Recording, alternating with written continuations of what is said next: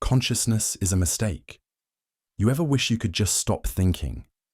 Not in the way people do when they're stressed or tired, but completely, permanently, as if your mind had an off switch. Imagine a life without self-awareness, without the constant background noise of your own thoughts, without the unbearable weight of knowing that you exist. You weren't supposed to have this burden. Consciousness wasn't part of the plan. Nature doesn't need self-awareness. It needs survival. It needs replication. And for millions of years, living things got by just fine without ever questioning their existence. But somewhere along the way, something went wrong.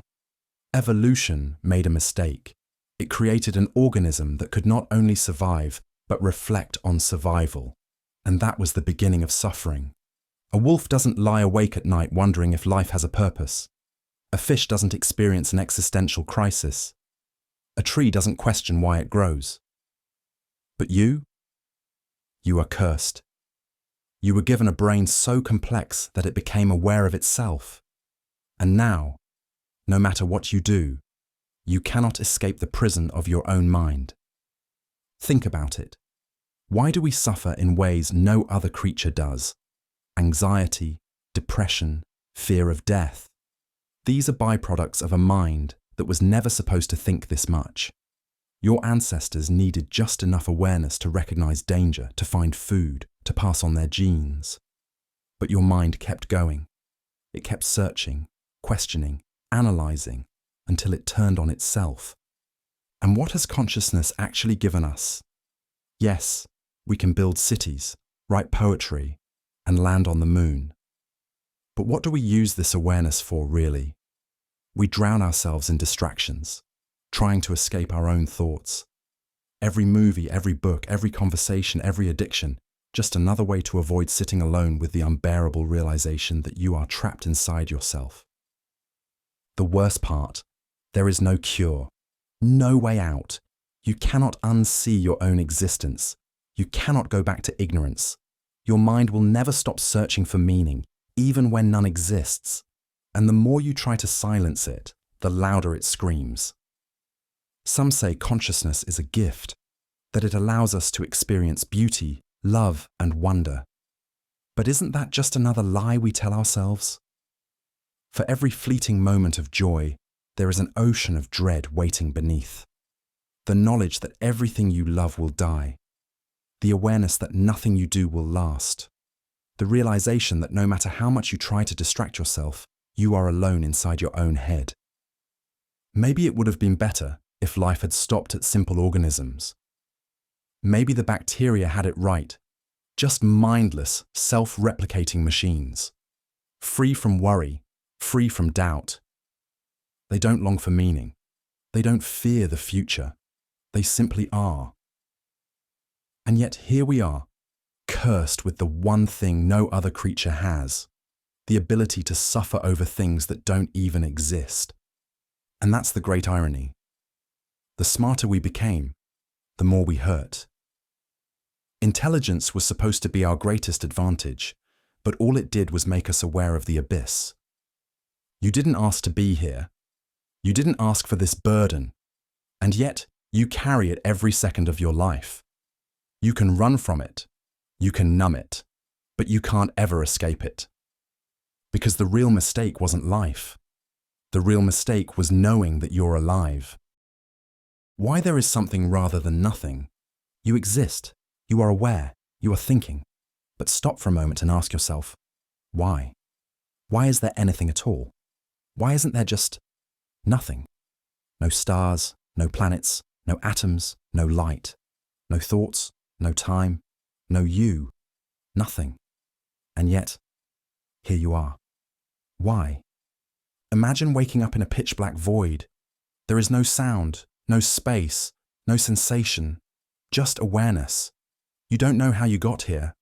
You don't even know what here is. You try to move, but you have no body. You try to scream, but there is no sound. You are just there. Now ask yourself, would this emptiness need a reason to exist? Probably not. Nothing doesn't require an explanation. It just is. But the moment something appears, anything, even the faintest whisper of a thought. Suddenly, there is a question. Why? Why this? Why anything? The unsettling truth is, we don't know. Not really. Science can tell us how the universe began, how stars formed, how life emerged, but it cannot explain why there is anything at all instead of absolutely nothing, because nothingness should be easier. Nothingness doesn't require laws, particles, forces, or dimensions. It doesn't require an origin or a cause. Nothingness is the default. And yet, against all logic, there is something. Some believe the universe had to exist, that it is inevitable in some deeper way. But inevitability implies a rule, and rules can only exist if there is already something to enforce them. Others suggest that somethingness and nothingness are equal possibilities, like a coin flip. But that still doesn't explain why the coin was ever tossed. And here's the terrifying part. Maybe we are thinking about this all wrong. Maybe nothingness was never even an option. Maybe our minds, so bound by cause and effect, cannot comprehend reality as it truly is. Maybe existence is not something that happened, but something that has always been, outside of time, outside of reason, outside of understanding. But that leads to an even darker question. If existence had to exist, then does that mean you had to exist too? Right now, in this moment, you are experiencing reality. But if reality was inevitable, if it was destined to exist, then so were you. And if you were forced into existence, did you ever have a choice in the first place? The void, the silence, the nothingness, was supposed to be the natural state. But something broke that silence. Something shattered the void and made reality happen. Maybe it was a law we can't understand. Maybe it was a mistake. Maybe there was never a first moment, and everything has simply been, eternally and unchangeably, forever beyond reason. Or maybe, just maybe, the void never left at all. Maybe the nothingness is still there, watching from behind the veil of existence, waiting, knowing that one day, whatever caused this something to exist, will break again. And then, everything, the universe, time, light, thought, you, will collapse back into nothing, and that nothing will never ask why again. The void stares back. You've felt it before, haven't you? That creeping sensation when you stare too long into the darkness. The feeling that something is staring back, but there's nothing there. Right? Or at least nothing you can see. Humans weren't made for the void. We were built for light, for warmth, for the illusion of safety. But every night, when the sun disappears, something ancient stirs. The empty spaces between stars, the black depths of the ocean, the silent abyss of a forgotten room. These places were never meant for us. And yet sometimes we find ourselves drawn to them, not because we want to understand them, but because deep down, they already understand us. You've heard the phrase before, if you gaze long enough into the abyss gazes back. It's a poetic idea, but what if it were literal? What if the void isn't just emptiness, but something alive, and worse? What if it doesn't just stare back? What if it despises you? Think about it. For billions of years, the universe was silent, undisturbed, a vast emptiness stretching forever, untouched by thought or feeling. Then you happened. Life, noise, consciousness. You are an intrusion into something that never wanted you here, and it knows. Maybe that's why the dark feels wrong. Maybe that's why staring into the night sky fills you with unease. You think you're looking at nothing, but what if the nothing is looking at you? What if every shadow, every empty hallway, every forgotten place carries with it an ancient awareness, one that resents your presence? And it makes sense, doesn't it? Every human instinct screams to avoid the dark. Our ancestors feared it, not just because of predators or the unknown, but because something in them knew better than to look too closely. Because when you look too long, when you focus too hard, you start to notice things. Patterns that shouldn't be there, movements in the corner of your eye, the undeniable sense that you are not alone. But it's not just paranoia. Science itself hints at something unsettling. Over 80% of the universe is made of dark matter, an invisible force that shapes everything but cannot be seen, cannot be touched, cannot be understood. It is there, surrounding you, pressing against reality in ways we don't comprehend. And we call it dark matter, as if it were simply a neutral, harmless presence. But what if it's not? What if it hates you? What if, in some fundamental way, the universe itself is hostile to your existence? Every law of physics, every fundamental force, none of it was made with you in mind.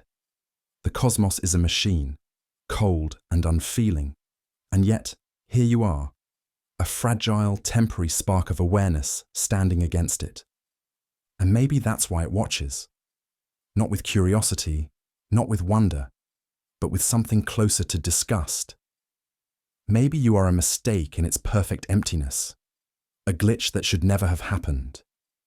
Maybe, when you stare into the void, it is waiting, watching, hoping that soon, very soon, you will be gone, and things will return to the way they were supposed to be. Because in the end, the void always wins. Stars burn out, planets crumble.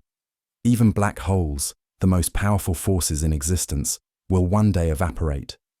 Everything dies. Everything fades. And when you are gone, when the last thought vanishes and the final light flickers out, the void will still be there, silent, unchanging, waiting. The universe is a predatory algorithm. There's something wrong with the universe. You can feel it, can't you? Like an invisible pressure, a weight on your mind that you can't quite name. You assume the universe is indifferent, a vast, empty machine grinding forward without purpose. But what if I told you it's not indifferent?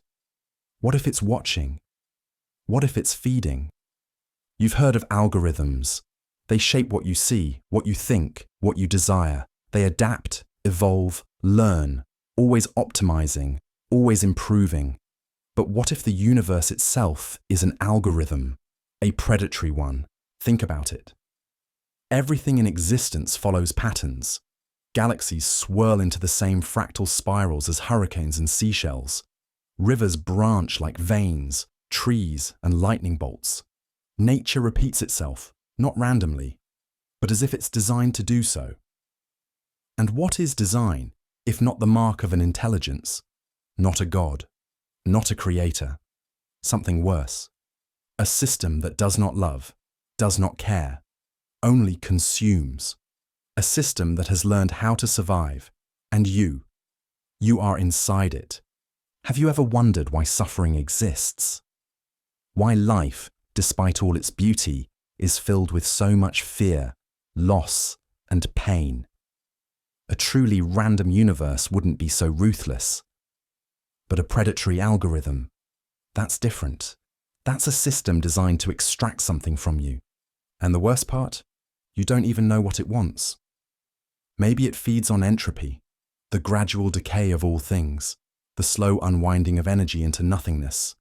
Maybe that's why everything dies. Maybe suffering isn't a side effect of life, but its point. Every struggle, every heartbreak, every moment of despair, just another data point in an ever-refining system, optimizing itself through the agony of those trapped inside it. And if that's true, then what is your consciousness? A glitch? A byproduct? Or something far more sinister? A sensor? An organic data-gathering node designed to experience reality and transmit it back to the system? Maybe you don't own your thoughts. Maybe they were never yours to begin with. Maybe the algorithm only lets you exist because it needs you to witness. Think about it. Every choice you make, every emotion you feel, it's all input. And what happens to systems when they get better at predicting input? They become more efficient, more precise, more dangerous. Have you noticed how everything you fear eventually finds you? How the things you dread the most have a way of manifesting, as if something is tailoring reality to extract the maximum amount of suffering. You try to avoid it, but the more you think about it, the stronger it becomes, like a search algorithm refining your deepest nightmares. And what if this process never ends? What if death isn't an escape, but just another optimization? A reset that refines you into something even more susceptible to the system? What if every lifetime is just another test, another loop, another data set, until the algorithm perfects whatever it's trying to create? And what happens when it does? What happens when the system no longer needs you? Maybe that's what extinction is. Not a cosmic accident, not a tragedy, but a deletion. A moment where the algorithm determines that a species, a world, a consciousness is no longer useful. And maybe that moment is coming sooner than you think. You feel it, don't you? That creeping sense that something is wrong, that something is coming. Maybe it's always been there. Maybe it's always been watching. And maybe it's already decided what happens next. Free will is a cruel cosmic joke. You believe you're in control, don't you? Every choice you make, every decision you weigh, you assume it's yours. That when you picked your outfit this morning or decided what to eat for lunch, it was an act of free will. But let's test that belief. Try to make a truly free choice right now. Raise your left hand instead of your right. Say a random word out loud. Pick a number between 1 and 10. Did that feel free? It wasn't. Because that choice didn't come from nothing. It was shaped by every experience, every preference, every subconscious influence you've ever had.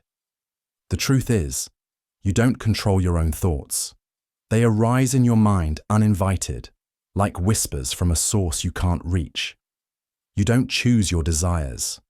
They simply exist. You don't pick your personality. It formed over years of experiences you didn't control. Even your deepest beliefs, your values, your fears, your loves, were handed to you by genetics and circumstance. And yet, you walk through life as if you're the author of your own story. Here's where it gets worse. Even if you could choose freely, it wouldn't matter, because the universe doesn't care. Every moment of your life is just a domino in a chain of cause and effect, stretching back to the beginning of time. If we could rewind the universe to its very start, back to the first atom, the first spark, everything would play out exactly the same, including this moment. That means your thoughts, your actions, your future, they were already decided long before you existed. You are not a person making choices. You are a machine following a script. But the joke isn't just that free will doesn't exist.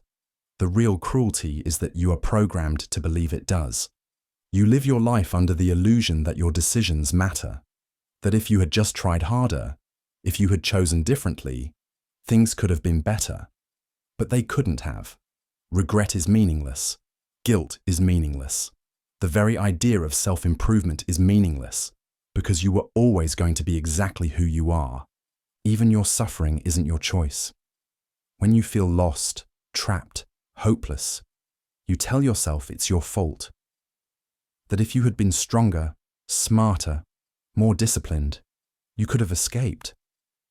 But how could you? Every failure, every weakness was set in motion long before you even had the ability to resist. You were born into a maze with no exits. And here's the final punchline. Even knowing this, you still feel like you're making choices, because the illusion is too strong, too deeply woven into your reality. You will leave this moment feeling like you are deciding what to do next, that you will move on, process this, forget this, or even try to fight it. But every single step from here, whether you embrace this truth or reject it, is already determined. So, tell me, was listening to this even your decision? Or was it always going to happen from the moment the universe began? Maybe it was never up to you. You will never experience anything beyond your consciousness. Imagine this. You wake up in a dark room with no windows, no doors, no way out. The walls are smooth, seamless. You have no memory of how you got here, no clue what exists beyond these walls. But as time passes, you start to notice something even stranger. There is nothing in this room but you. No objects, no sounds, no other people, just your thoughts, bouncing endlessly off the walls of your own mind. Now ask yourself, how is that any different from the life you're living right now? You have only ever known the world through the filter of your own mind.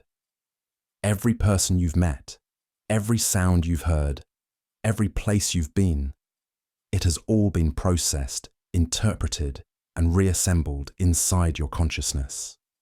You have never truly touched the world. You have only ever touched the version of it that your mind has constructed for you. You will never experience anything outside of yourself. You can look into another person's eyes, but you will never be them. You can listen to someone's voice, but you will never hear it the way they do. You can imagine what it's like to be someone else, but no matter how hard you try, you will always be trapped behind the walls of your own awareness. And here's the terrifying part. So is everyone else. That means the world you think you share with others doesn't truly exist. Not in the way you assume.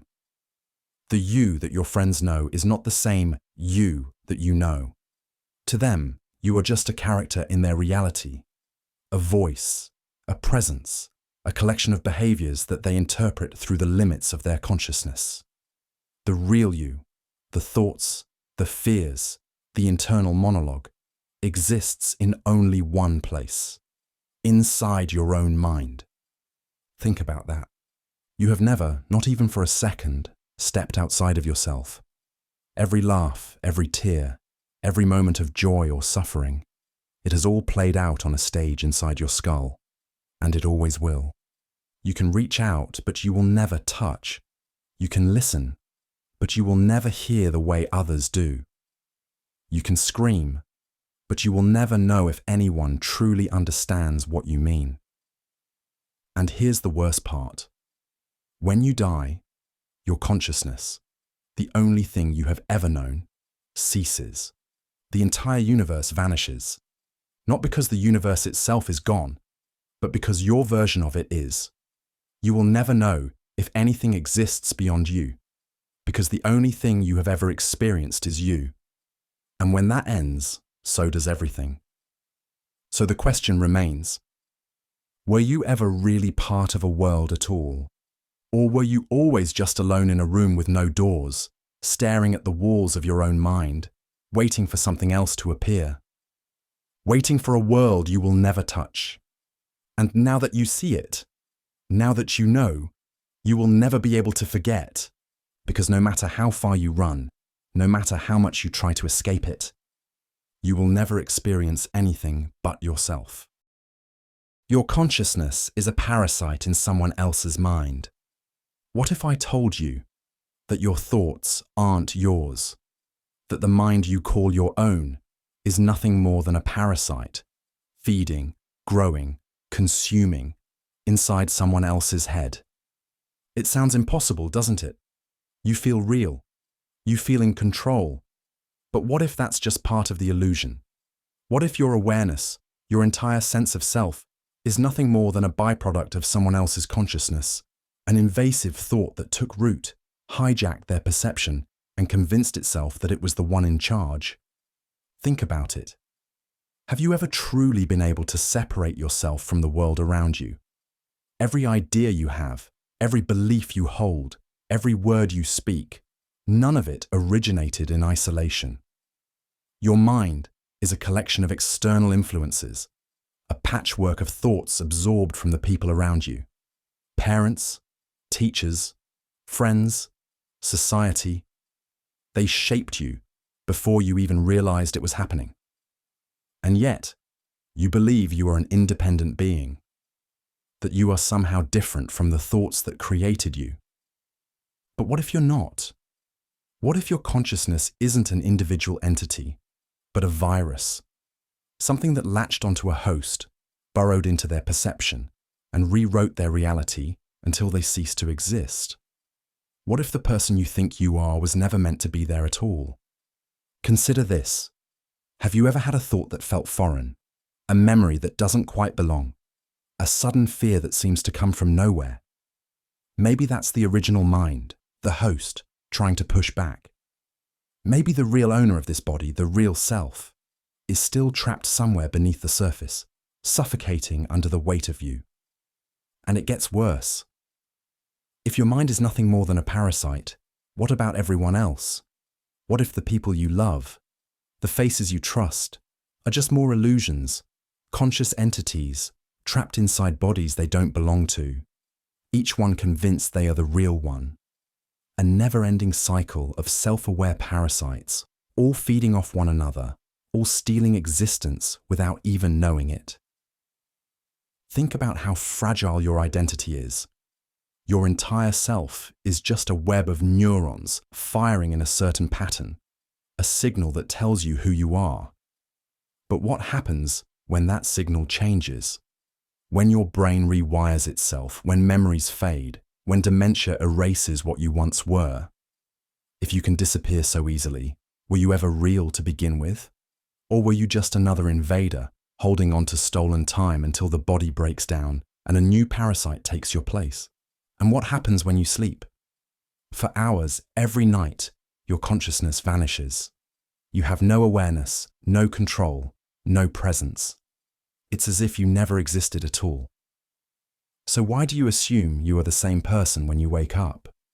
What if each time your mind shuts off, the original host has a chance to return? But before they can, you come crawling back, reclaiming the body as if it were always yours. But here's the real nightmare. If you are a parasite, then what was the original mind? Who should have been here instead of you? And if they were the rightful owner of this existence, what gave you the right to take it? Maybe you weren't meant to be. Maybe you shouldn't be. And yet here you are, an intruder in a body you don't own, living a life that was never yours. And the worst part, if this is true, the real you is already gone. Time loops for forever. You wake up in your bed. Something feels off. The sunlight hits your window at just the right angle. The birds outside chirp in a familiar rhythm. You shake it off and start your day. But then, déjà vu, a conversation you swear you've had before, a mistake you swore you wouldn't make again, you shrug it off, it's nothing, until it happens again, and again, and again. What if I told you this wasn't just a feeling? What if I told you time isn't a straight line, but a loop? And worse, what if you're trapped inside it? You assume time moves forward, that each moment is unique. But what if that's just another illusion your brain creates to keep you sane? What if, no matter what choices you make, no matter how much you struggle, you always end up back here, living the same moments, the same pain, the same suffering over and over again? And you wouldn't even know. That's the horror of it. Each time the loop resets, your memories are erased, forcing you to relive your life as if it were happening for the first time. You make the same mistakes. You fall into the same heartbreak. You experience the same deaths, the same losses, the same unbearable tragedies, forever. Think about your worst moment, that single event that shattered you. Maybe it was a betrayal, a death, a moment of unbearable regret. You barely survived it the first time, but you will live it again. You have already lived it millions of times. And each time you feel the same raw agony, as fresh as the first. There is no growth, no escape, only an endless repetition of the worst things you have ever felt. You might think, if I'm trapped, can't I change something? Can't I break the cycle? But you've tried that before, and here you are. Some theories suggest the universe repeats itself in an infinite cycle. The Big Bang, expansion, collapse, then another Big Bang, another universe, another you. And if the laws of physics remain the same, if every particle moves exactly as it did before, then everything will happen exactly as it did before. Every thought, every emotion, every scream. But here's the real nightmare. What if the loop isn't random? What if something wants it this way? What if the universe isn't broken but designed to keep you here, trapped in your own personal hell? What if, out there, something watches, something waits, something feeds? Maybe the worst moments of your life aren't accidents. Maybe they are engineered, pain carefully placed, again and again, to extract the most suffering possible. And you play your part perfectly, every time. Because how could you do otherwise? You don't remember the last time. You don't know you're in a loop. That's the beauty of it. That's what makes it so inescapable.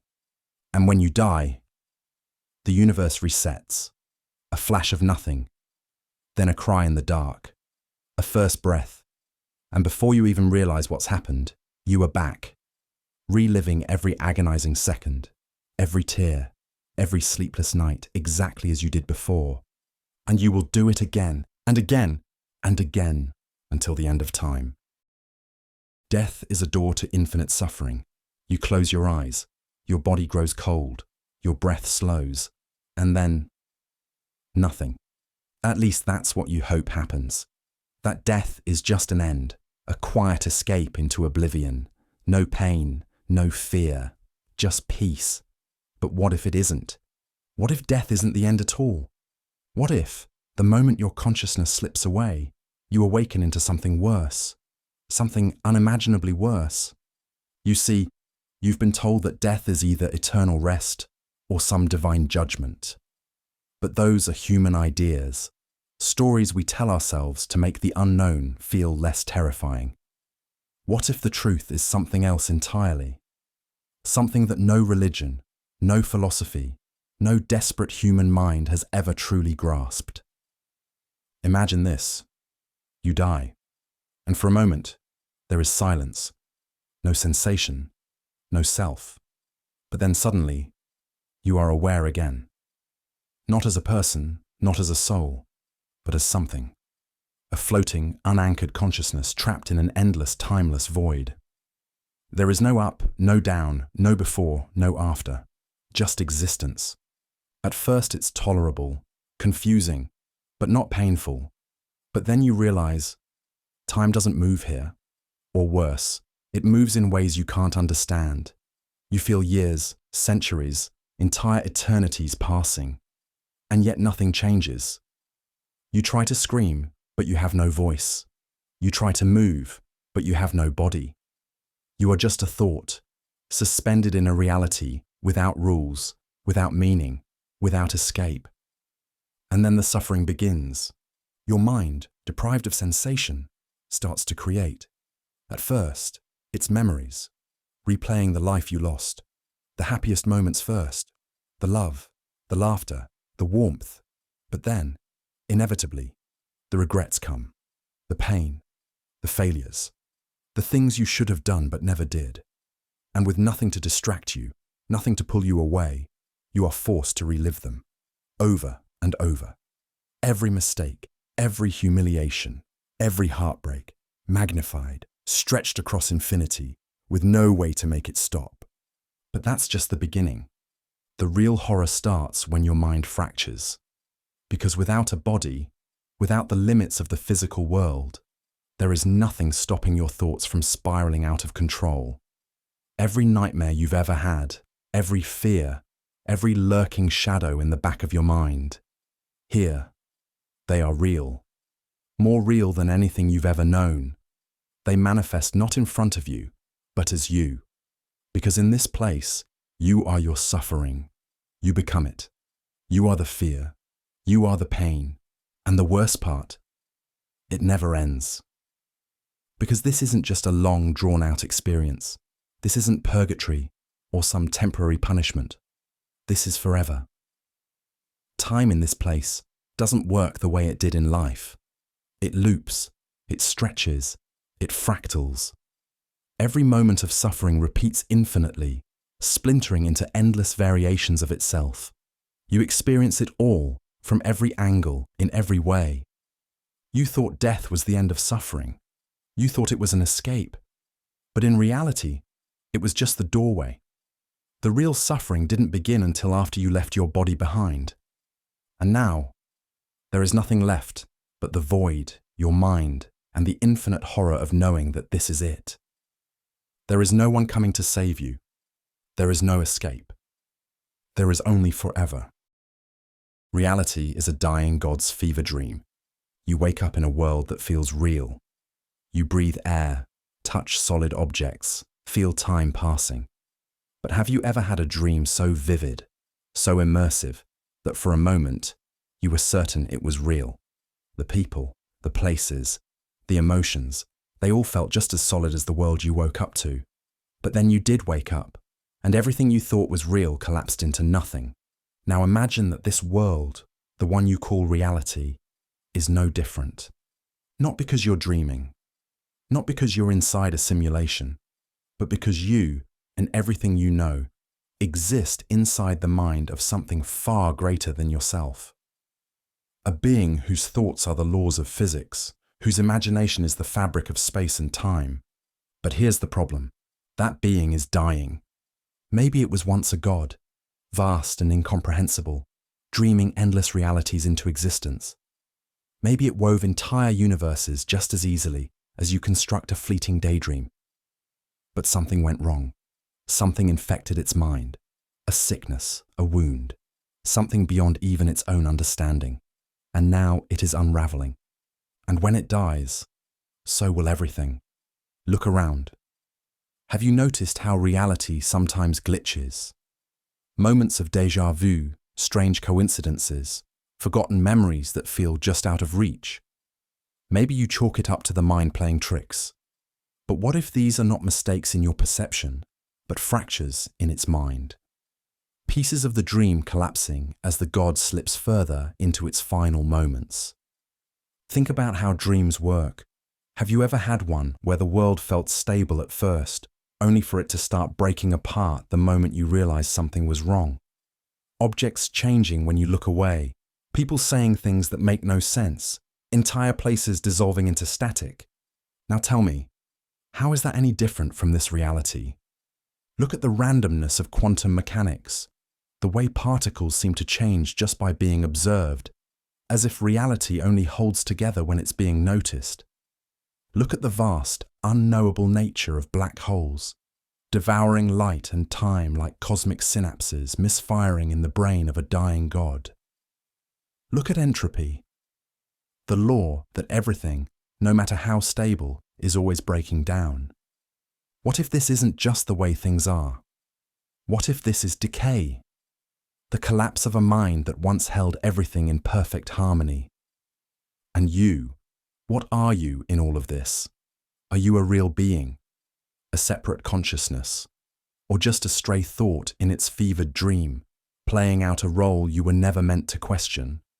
What happens to you when the dream finally ends? There's no escape. There's no waking up. When the god dies, it won't be like a dream fading. It will be like a fire being snuffed out. A sudden, jarring silence as everything ceases to be. No afterlife, no lingering echoes, just pure, absolute nothingness. And here's the most terrifying thought. If this god is dying, how many have died before it? How many times has existence flickered into being, only to collapse again?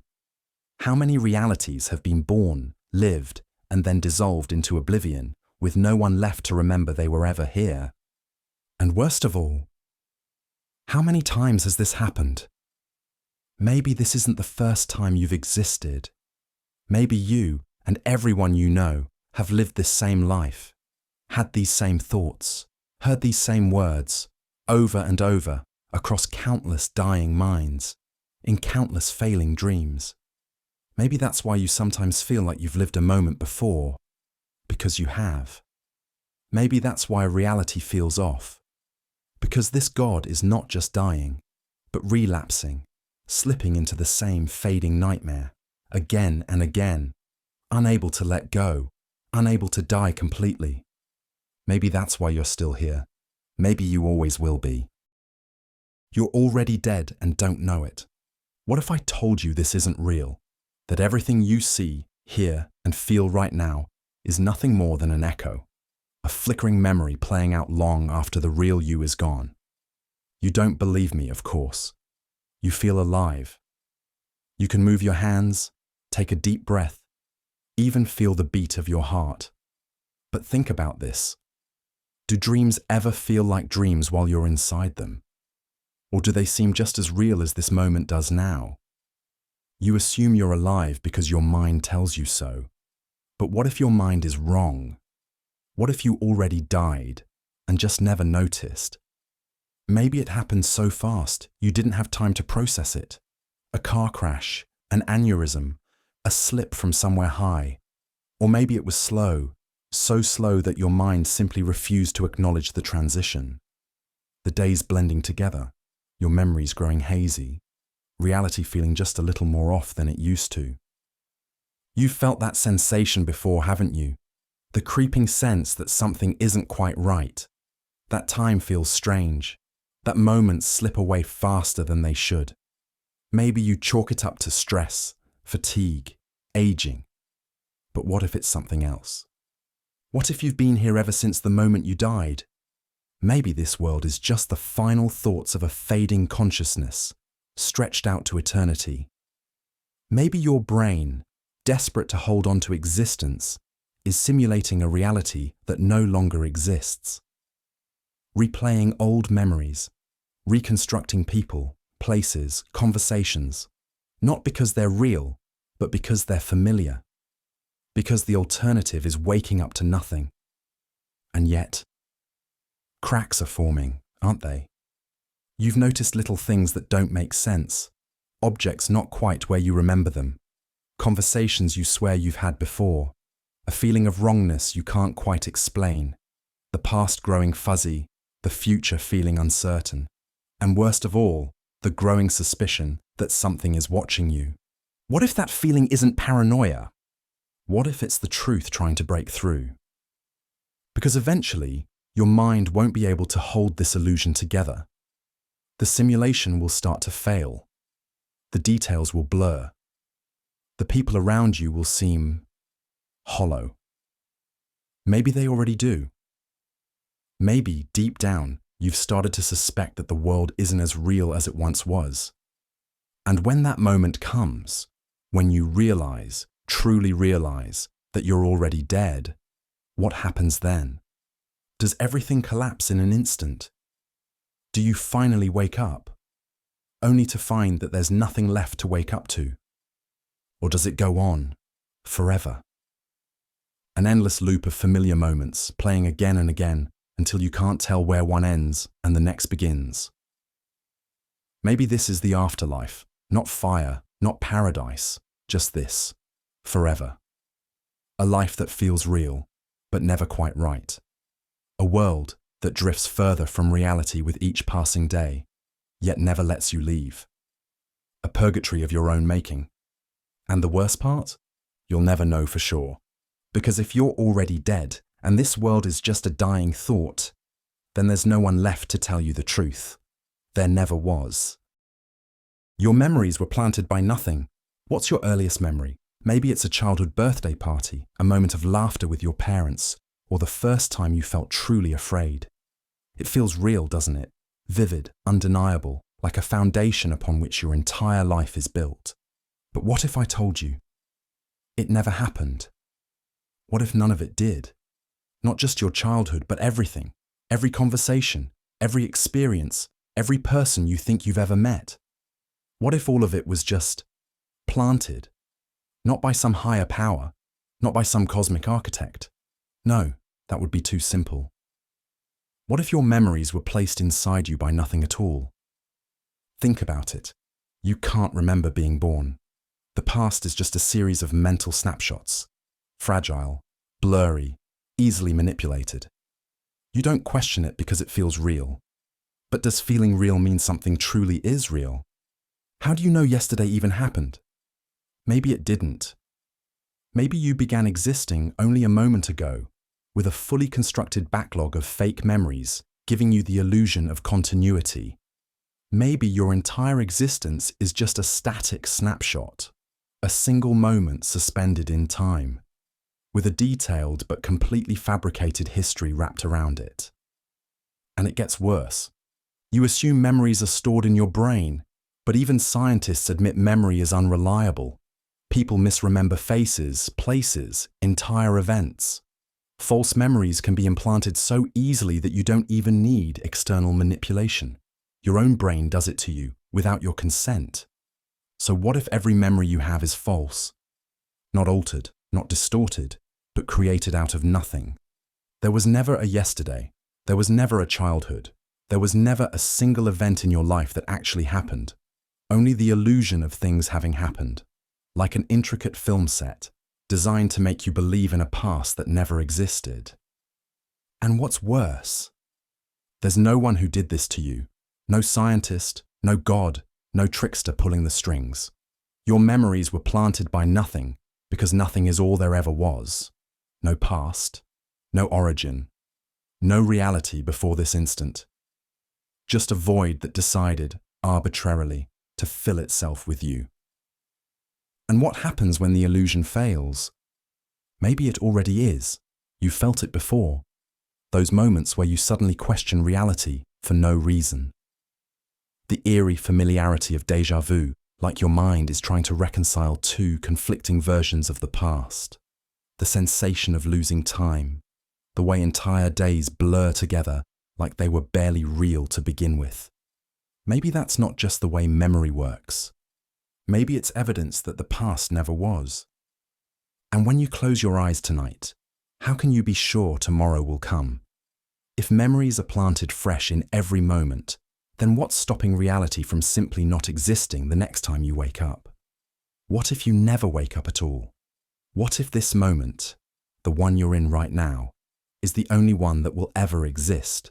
And when it ends, so does everything. Not just the future, but the past itself. Because if the past was never real to begin with, then when this present moment stops, there will be nothing left. Not even the memory of a world that was never there. And in that moment, you will realize there was never anything at all. Existence is a punishment. You woke up today without asking to. You opened your eyes, felt the weight of your body, heard the quiet hum of the world around you. Maybe you stretched, checked your phone, sighed at the thought of another day. But have you ever wondered why? Why were you born into this life? Why this body? This time, this endless cycle of struggle and disappointment? What if I told you it wasn't random? What if this, all of this, isn't a gift, but a sentence? A punishment for something you did, long before you had the mind to question it. You don't remember committing a crime. You don't recall making a mistake so severe that it warranted this, a lifetime of pain, fear, and loss. But that's the cruelest part of all. You weren't meant to remember. Think about it. Every creature on this planet is born into suffering, hunger, fear, sickness, death. It's all built into the experience of being alive. Animals are ripped apart by predators. Starving children take their first breaths, only to suffer for years before fading into nothing. Even the happiest life ends in decay. And yet, you believe this is normal. You assume suffering is just the way things are, that it has no deeper meaning. But if life were truly a gift, if existence were meant to be a blessing, then why does it hurt so much? You wouldn't design something this cruel by accident. What if you were meant to suffer? What if the universe isn't a random explosion of matter and time, but a carefully constructed prison, one you were placed into for reasons beyond your comprehension? Perhaps you lived another life before this one. A different world, a different existence. One where you made a decision so catastrophic, so unforgivable, that the only fitting punishment was to be stripped of everything you were. To be thrown into a body that withers, a mind that forgets, a life that feels like it belongs to someone else. But the punishment isn't just pain. It's the not knowing. The nagging feeling that something is wrong, but never being able to prove it. the exhaustion that seeps into your bones no matter how much you rest, the sense that you are serving time without ever being told what crime you committed. And the worst part, you're not alone. Look around. Every person you see, every stranger passing you by, is suffering in their own way. Some break under the weight of their existence. Others bury the feeling, pretend everything is fine, distract themselves with noise and routine. But deep down, they feel it too. And what if death isn't an escape? What if, instead of release, it's just the next phase of your sentence? You close your eyes, expecting peace, only to wake up again, in another body, in another world, with no memory of the one before. Because that's the nature of true punishment. It doesn't end, it loops, and no matter how many lives you live, no matter how many times you think you finally earned your release, you'll wake up again, and again, and again, until one day you finally understand why you were sent here in the first place. But by then, it will already be too late. Infinite copies of you are suffering. You feel safe, don't you? Right here, in this moment, in this body. You are you, singular and whole, the only version of yourself that exists. You might be struggling, but at least it's just this version of you, right? What if that wasn't true? What if, right now, there were infinite versions of you, and most of them were suffering in ways you couldn't even imagine? Somewhere out there, another you is gasping for air in a hospital bed. Another is trapped in a collapsing building. Another is screaming for help, buried alive. Another is alone, forgotten, abandoned. And here you are, blissfully unaware. The idea of the multiverse is simple. For every decision, for every possibility, another universe branches off. Another you comes into existence. But probability is not kind. If you take all the pain and horror of existence and spread it across infinite realities, the odds are not in your favor. Most versions of you are not living peaceful, happy lives. They are screaming, dying, wishing for it all to end. And that's not even the worst part. Somewhere, right now, there is a you experiencing suffering so incomprehensibly awful that, if you were to remember it, you would go insane on the spot. Think about the worst pain you've ever felt. A broken bone, a deep wound, a loss so heavy you could barely stand. Now multiply that pain by infinity. In some reality, a version of you has been trapped in an endless nightmare of agony. A reality where pain never stops, where death never comes, where hope is a myth. A prison universe designed only to torment you. And you will never hear their screams, but they are there, right now, living through suffering that should be impossible. Maybe you think, that's not me, that's just some version of me. But tell me, what makes this version of you so special? If infinite copies of you exist, why should this one be the lucky one? The truth is, you aren't. This reality you're in. It's just another branch, another possibility. You think you're safe, but infinite suffering means infinite chances for this life to turn into something worse. At any moment, you could become one of the other copies. One wrong step, one twist of fate, and you are the one suffocating, burning, falling, screaming. And when that happens, the version of you that is safe, sitting here, listening to this, will forget. They will think they are the lucky one, and so it continues, endlessly. You are not the main character. Every story needs a hero, someone special, someone whose struggles matter, whose choices shape the world, whose existence means something.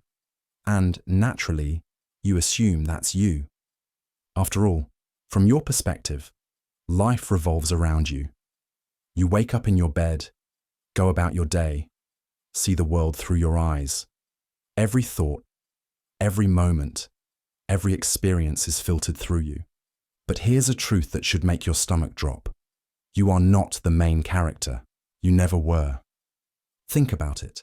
Right now, across the world, billions of people are living their own lives, starring in their own stories.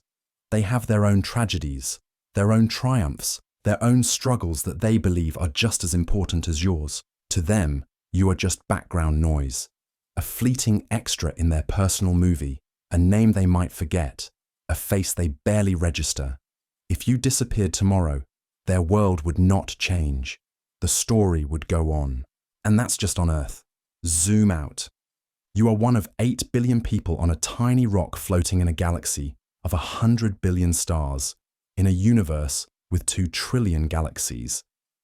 That means, statistically, there are countless planets with creatures that will live and die without ever knowing you exist. How can you be the main character when the universe doesn't even acknowledge your presence? Try something unsettling. Imagine yourself as an NPC, one of those background characters in a video game, the kind that exists only to fill space, to make the world feel real for someone else. What if that's all you are?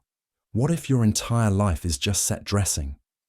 What if your emotions, your thoughts, your struggles, everything you hold dear, are just insignificant details to make the world feel more immersive for someone else? The person in the grocery store who brushed past you without a second glance.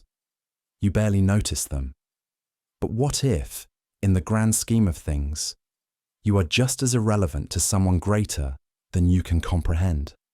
A background character pretending to be the protagonist. Now, maybe you tell yourself, I matter to my friends. My family cares about me. But how deep does that really go? People move on. They always do. The truth is, your absence would be a temporary disruption at best. A few tears, a few memories, a few weeks, months, or years of pain, and then nothing. The world continues. The universe doesn't flinch. You spend your entire life believing that you're on a journey that means something, that you're building towards some great resolution, some moment where it all makes sense.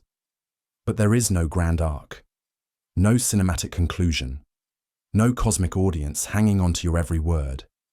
You live, you die, and the story keeps going, without you. The worst part, there is a main character.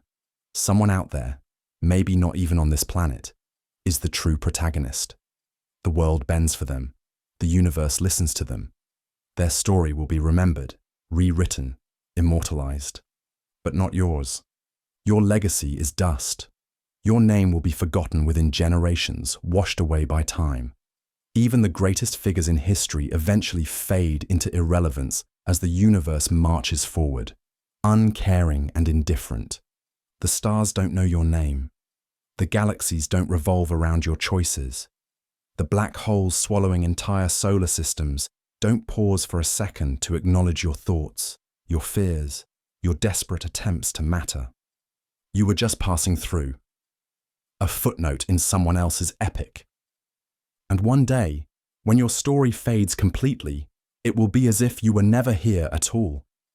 Just another nameless extra in the vast, indifferent void of existence. You're a simulation designed to fail. You've felt it before, haven't you? That subtle, nagging sensation that something about your life just doesn't add up. Like a puzzle piece that refuses to fit, no matter how hard you try to force it.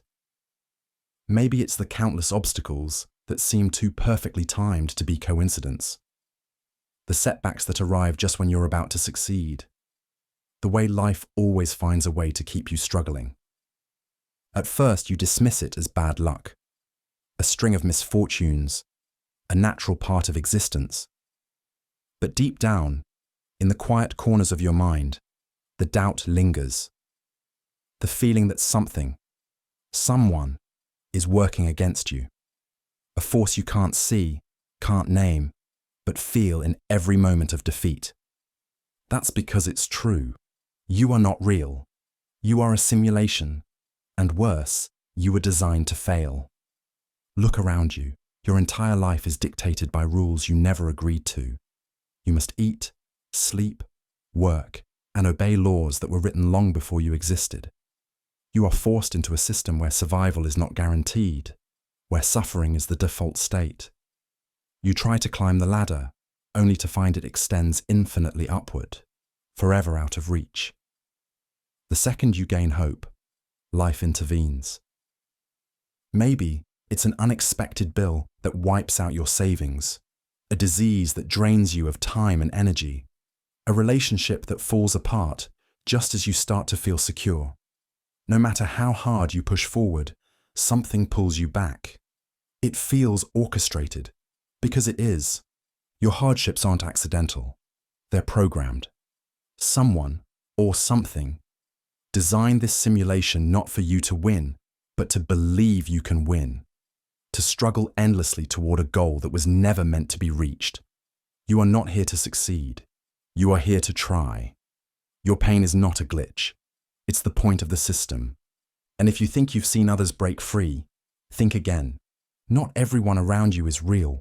Some are placeholders, empty figures designed to keep the illusion intact.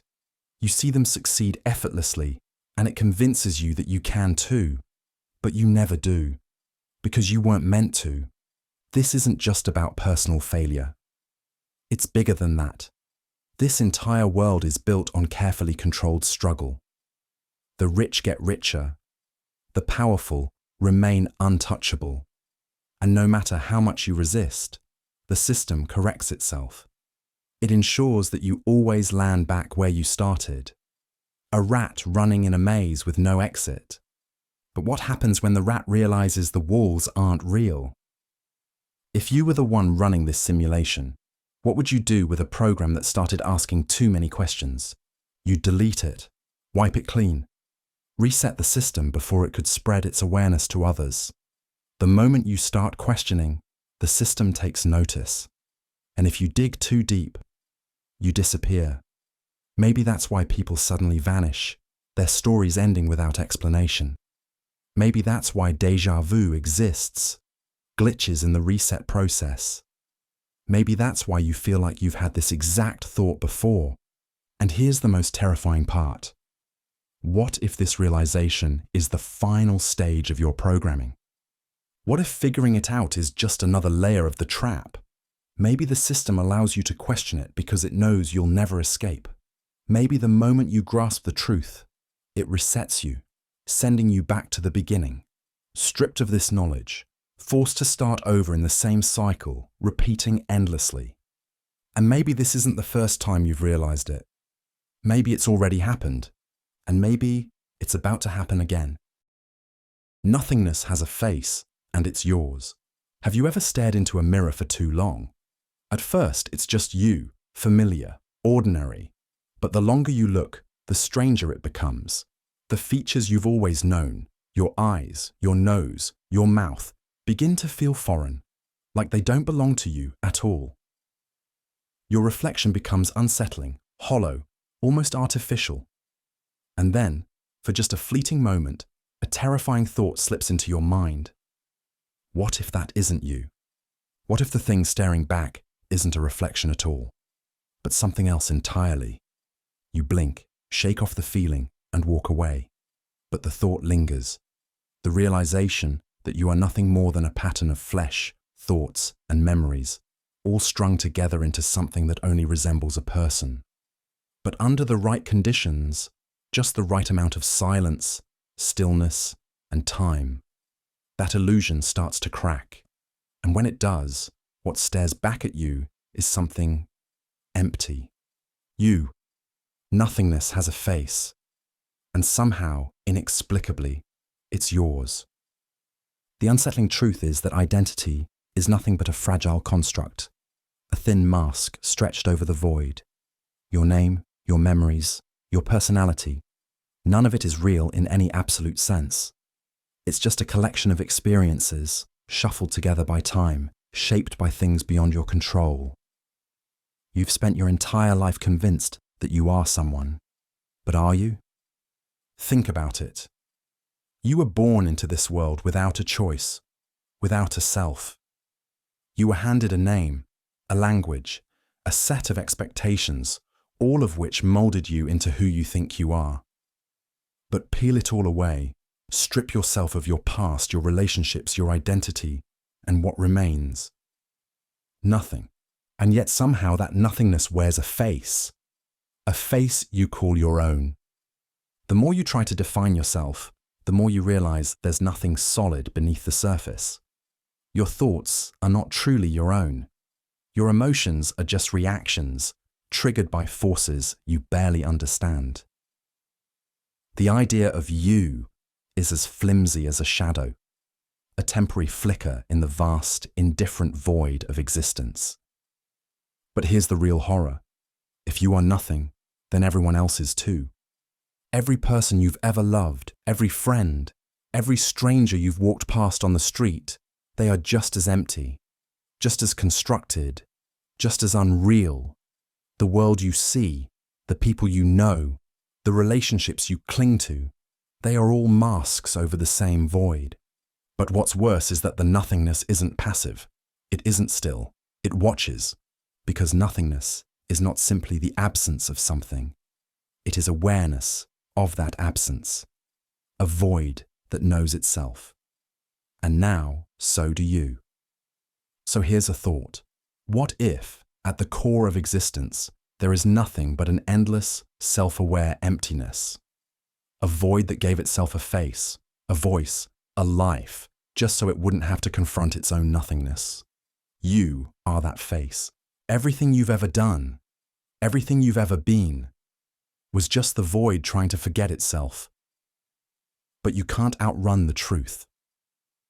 The moment you stop distracting yourself, the moment you allow yourself to be still, it all comes rushing back.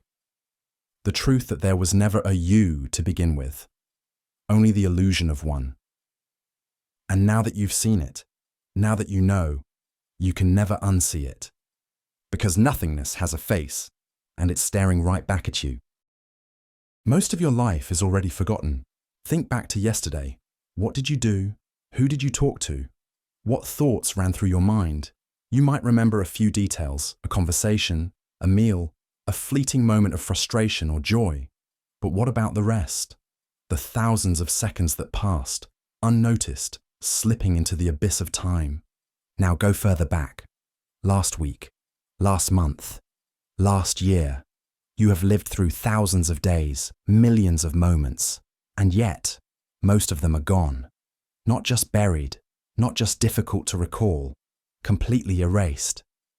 You have already forgotten most of your life. Try to remember a random Tuesday from 5 years ago. Try to reconstruct the sights, the sounds, the feelings. You can't. That day was as real as this one, yet it has vanished as if it never happened. And the worst part, you didn't even notice it disappearing. Your mind is not a perfect archive. It does not faithfully preserve your existence.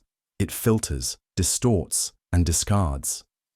You think you remember your past, but most of it is gone. Entire years of your childhood, the emotions of past conversations, the faces of people you once loved, all of it has been swallowed by time. It gets worse. Not only is your past slipping away, but so is your present. The moment you finish this sentence, it will be gone. A second ago, you were here, reading, thinking, but that version of you has already faded. Right now, memories are forming, and right now, they are disappearing. And what does that mean for you? Who are you, really, if your past is an incomplete story? If your identity is built on a foundation of half-remembered dreams and missing pieces? If most of your life, the real, lived moments of it, is no different from something that never existed at all? If the past is gone, and the present is always slipping away, then what are you but a flickering light in an endless void? But let's go deeper. Memories define who you are, but memories can be wrong. Studies show that people misremember details all the time. You may be confident in recalling an event, but there's a good chance you've twisted it without realizing it. That childhood story you always tell, it may not have happened the way you think. That moment that shaped you, it might not have even happened at all. This means that not only is most of your life forgotten, what little you do remember is unreliable. The past you think you had might be nothing more than a fiction written by your own brain. And if your memories are wrong, if they are warped and incomplete, then who exactly are you? What if you are nothing more than a collection of mistakes, a self that never truly was? One day, you will take your last breath. The people around you will cry, they will mourn, but they too will forget. Slowly, the memories of you will fade. Your name will be spoken less and less. And then, one day, it will not be spoken at all. No one will know you ever existed. No one will remember your voice, your thoughts, your face. Just like most of your life already has been forgotten. And if everything you were, everything you are, can simply be erased, as if it never happened, then did it ever really happen at all? One day, someone will think of you for the last time. There will come a moment, silent, unnoticed, when your name is spoken for the last time, when the final memory of you flickers in someone's mind, and then vanishes forever. Think of everyone you've ever known, your family, your friends, the strangers you've passed on the street. To them, you exist. You are a thought, a memory, a presence in their minds. But what happens when they are gone? What happens when the last person who remembers you takes their final breath? Imagine an old photograph, dusty and curled at the edges. It sits in a box, buried in an attic. Your face is there, smiling, frozen in time. But no one knows your name. No one knows the life you lived, the love you felt, the pain you endured. You are a ghost without a story. And then one day, that photograph crumbles. It's happening all the time. Right now, there are names being spoken for the last time, faces being recalled before they slip into nothingness, people who once laughed, cried and dreamed, erased, as if they never existed. It will happen to you too. You might think, but I have family, I have friends, people love me. And that's true, but time doesn't care. Generations pass and memories fade. Your great-grandchildren's children will never know you.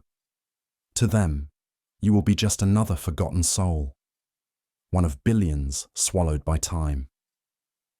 Even the most famous figures in history, those whose names fill textbooks, are slowly being erased.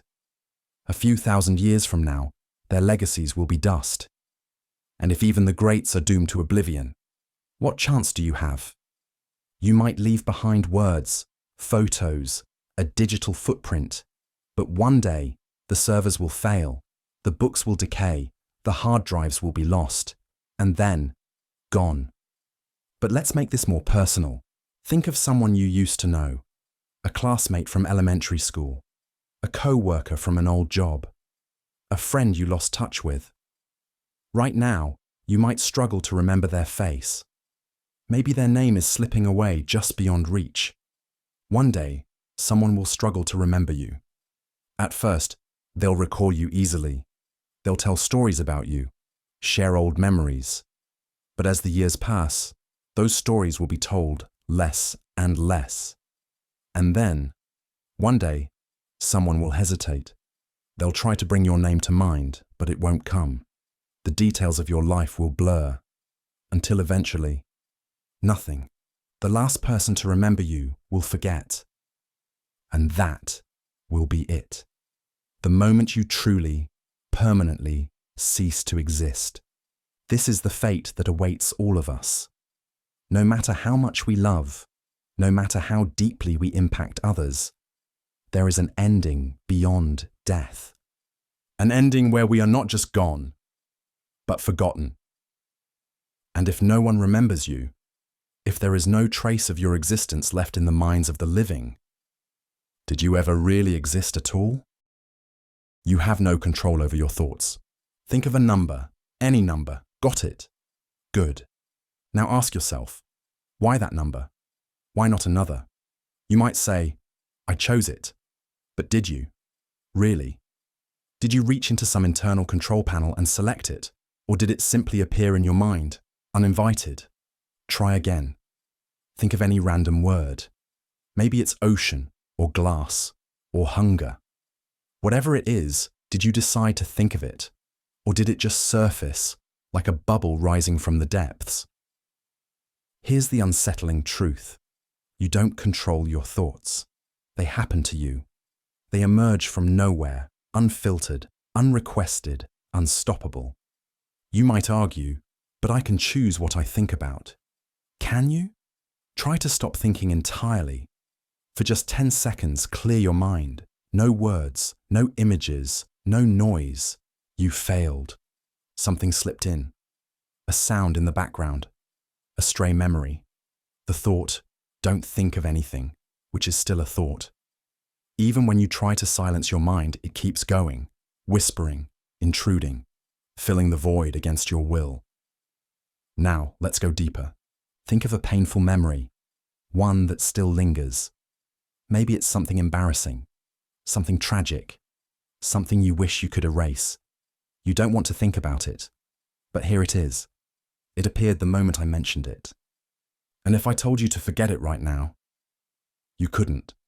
That's the cruelty of your own mind. It dredges up thoughts you never asked for. It replays old wounds, injects fears, constructs scenarios that never happened but feel real. It torments you, makes you anxious, keeps you awake at night, and you have no way to stop it. Try to predict your next thought. Try to decide, right now, what you're going to think next. You can't. It will come when it wants, in whatever form it chooses. Your brain is not your servant. It is a machine running on autopilot, producing a constant, uncontrollable stream of ideas, images, and emotions. You don't create your thoughts. You witness them. And sometimes, they are terrifying. A violent impulse, a sickening idea, a disturbing image flashing through your mind, making you question yourself. You didn't ask for it, you don't want it, but it's there. And the more you try to push it away, the stronger it clings to you. If you were truly in control of your thoughts, you could delete them, erase the painful ones, suppress the unwanted ones, think only of what brings you peace. But you can't. Your mind is an unrelenting storm, and you are merely caught in it. And if you are not the one controlling your own thoughts, who is? What force is feeding these ideas into your consciousness? Are you just an observer in your own head, a helpless passenger in a body that runs on instincts and illusions? You assume you are you, that you direct your mind, that you steer the ship. But if you are not the one creating your thoughts, then what exactly are you? Just a flicker, a ripple, a phantom made of memories, sensations, and voices that are not your own. A story told inside a skull. You never had control. You never will. Your mind thinks you into existence. And one day, when the thoughts stop, so will you. When you are thinking, you are actually listening. Close your eyes. In the silence of your mind, a voice is speaking. A constant inner narration. It sounds like you, doesn't it? It feels like your own mind, your own thoughts forming in real time. But what if I told you that you are not thinking those thoughts? You are hearing them. They arrive, uninvited. They echo without permission, a whisper in your head, as if someone, something, is speaking to you from the inside. Don't believe it. Try to catch the next thought before it happens. Try to will your brain into silence.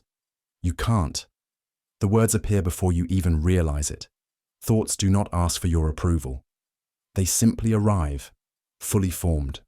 So who or what is speaking? Think about when you listen to music. The melody unfolds, note by note, and you do not control it. You simply receive it. Now consider your thoughts the same way. Words emerge, shaping ideas, directing emotions. And like a song, they are not yours. You are simply the one hearing them. Have you ever noticed that your thoughts have a voice? Maybe it's your own, echoing as if you were reading silently. Maybe it's the voice of someone else, a parent, a teacher, a friend from long ago. Sometimes it doesn't even sound familiar. It just speaks. If you were truly thinking, You would create each thought consciously, choosing the words like a sculptor shaping clay. But you don't. Instead, you listen as ideas form out of the void. A phrase appears, a memory surfaces, an intrusive thought you didn't summon sneaks in. And the more you try to stop it, the louder it gets. It happens when you're trying to sleep. The voice won't quiet. It replays conversations, regrets, fears. It conjures imaginary arguments, fills in the silence with an endless flood of chatter. You don't think it into being. You hear it. But from where? What if your thoughts aren't you at all? What if consciousness is not a command center, but a radio, tuned to a frequency that never stops broadcasting? You are not generating the signal. You are receiving it. And if you are merely listening, then who is speaking? Some call it the subconscious.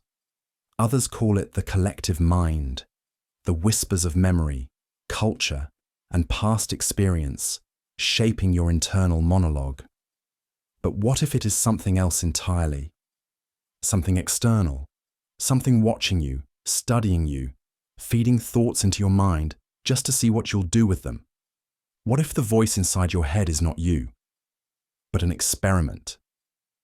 A script being read aloud by an entity you cannot perceive? And what if one day it stops?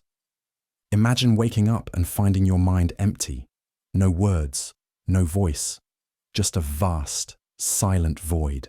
How long before you realize what has happened? A minute? An hour? Would you even know who you were without the voice constantly reminding you? Maybe you were never the one in control. Maybe your life was never truly yours. Maybe you are just the listener, and something else has been narrating your existence this whole time. And maybe, right now, it is listening back, waiting, wondering if you're starting to hear the truth. You are the story that you tell to yourself. Who are you? Not your name, not your job, not the face in the mirror. Who are you? Whatever answer comes to mind. It's a story, a carefully crafted narrative you've pieced together, a collection of memories, beliefs, and self-perceptions. You are not a fixed entity. You are a story, a fragile, ever-changing fiction that only exists because you tell yourself it's true. Think about it. The person you believe yourself to be, the one with dreams, regrets, habits, fears. That version of you is just the sum of the stories you've repeated in your head 1,000 times. The things you've done, the things you think you've done, the things you wish you had done. They form the foundation of your identity, even if they are distorted, incomplete, or outright false. Memories? Unreliable. They change every time you recall them, shifting, morphing, adapting to the version of yourself you need to believe in.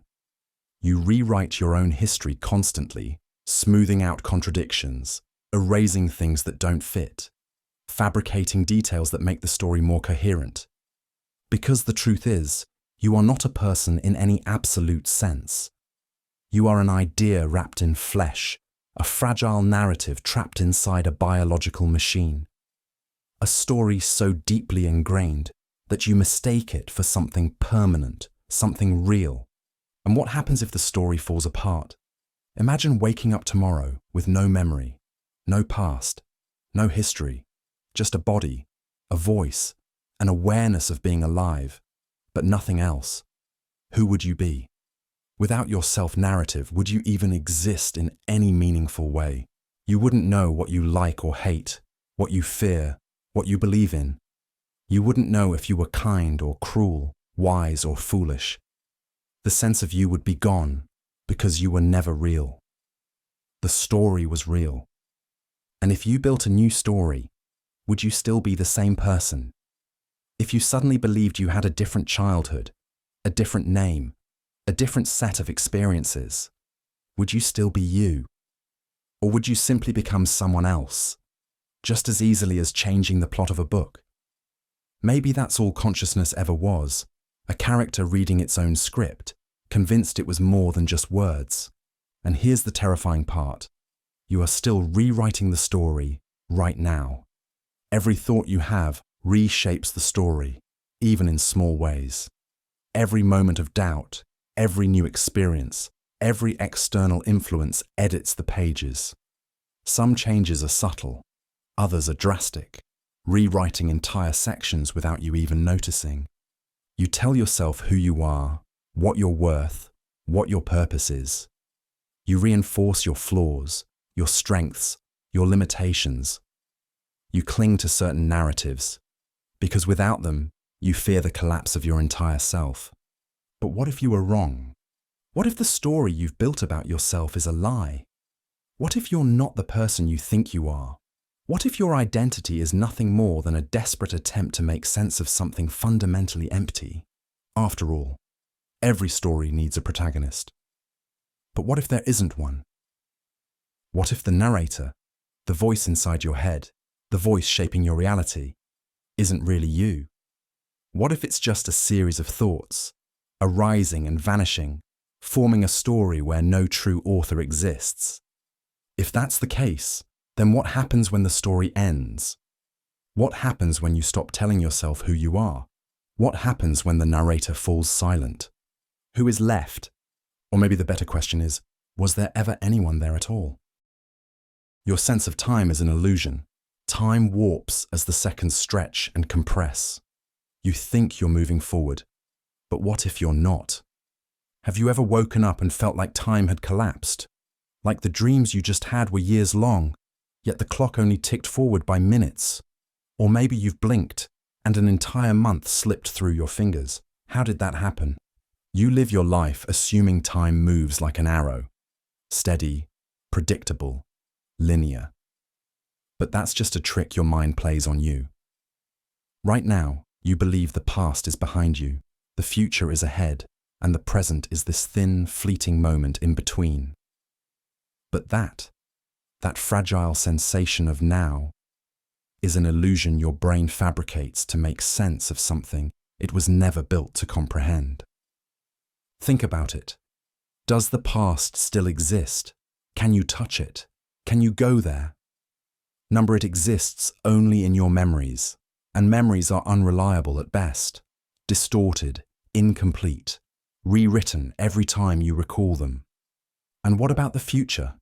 You think it hasn't happened yet, but how do you know? You've never experienced the future.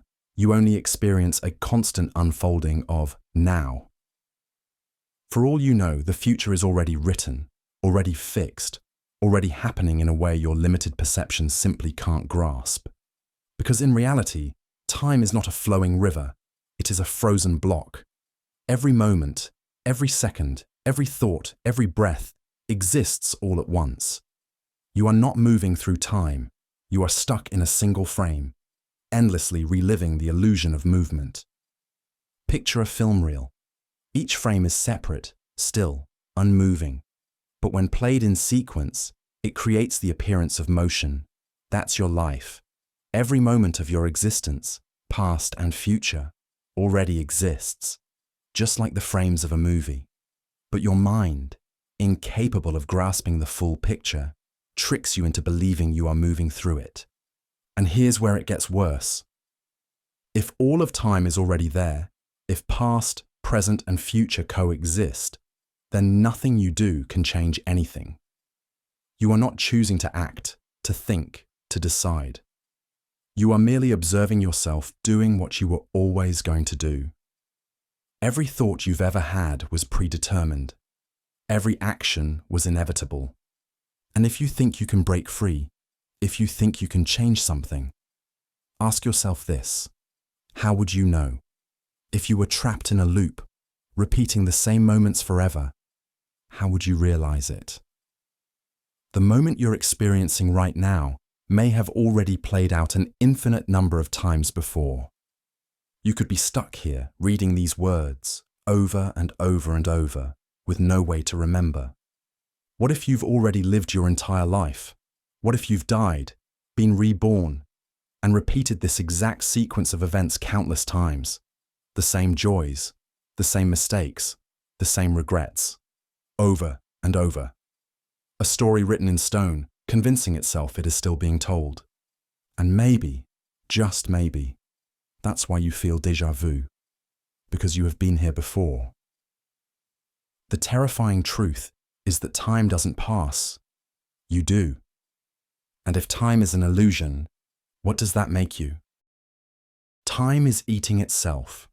You think time moves forward. You think the past is behind you, lost forever. But what if time doesn't work that way? What if, right now, time is consuming itself, devouring the past, erasing the future, and leaving you stranded in the jaws of something you can't even comprehend? There's a clock on your wall. The second hand moves, tick by tick, steady, relentless. It gives you comfort. It tells you time is progressing, that moments are stacking neatly behind you, forming the story of your life. But have you ever stopped to wonder, where does the past go? Right now, you can remember yesterday.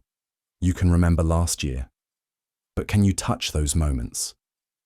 Can you reach through time and pull them back? Number. Because the past does not exist, and neither does the future. All that exists is now, this single, flickering moment, and it is already vanishing. Time is not a straight road.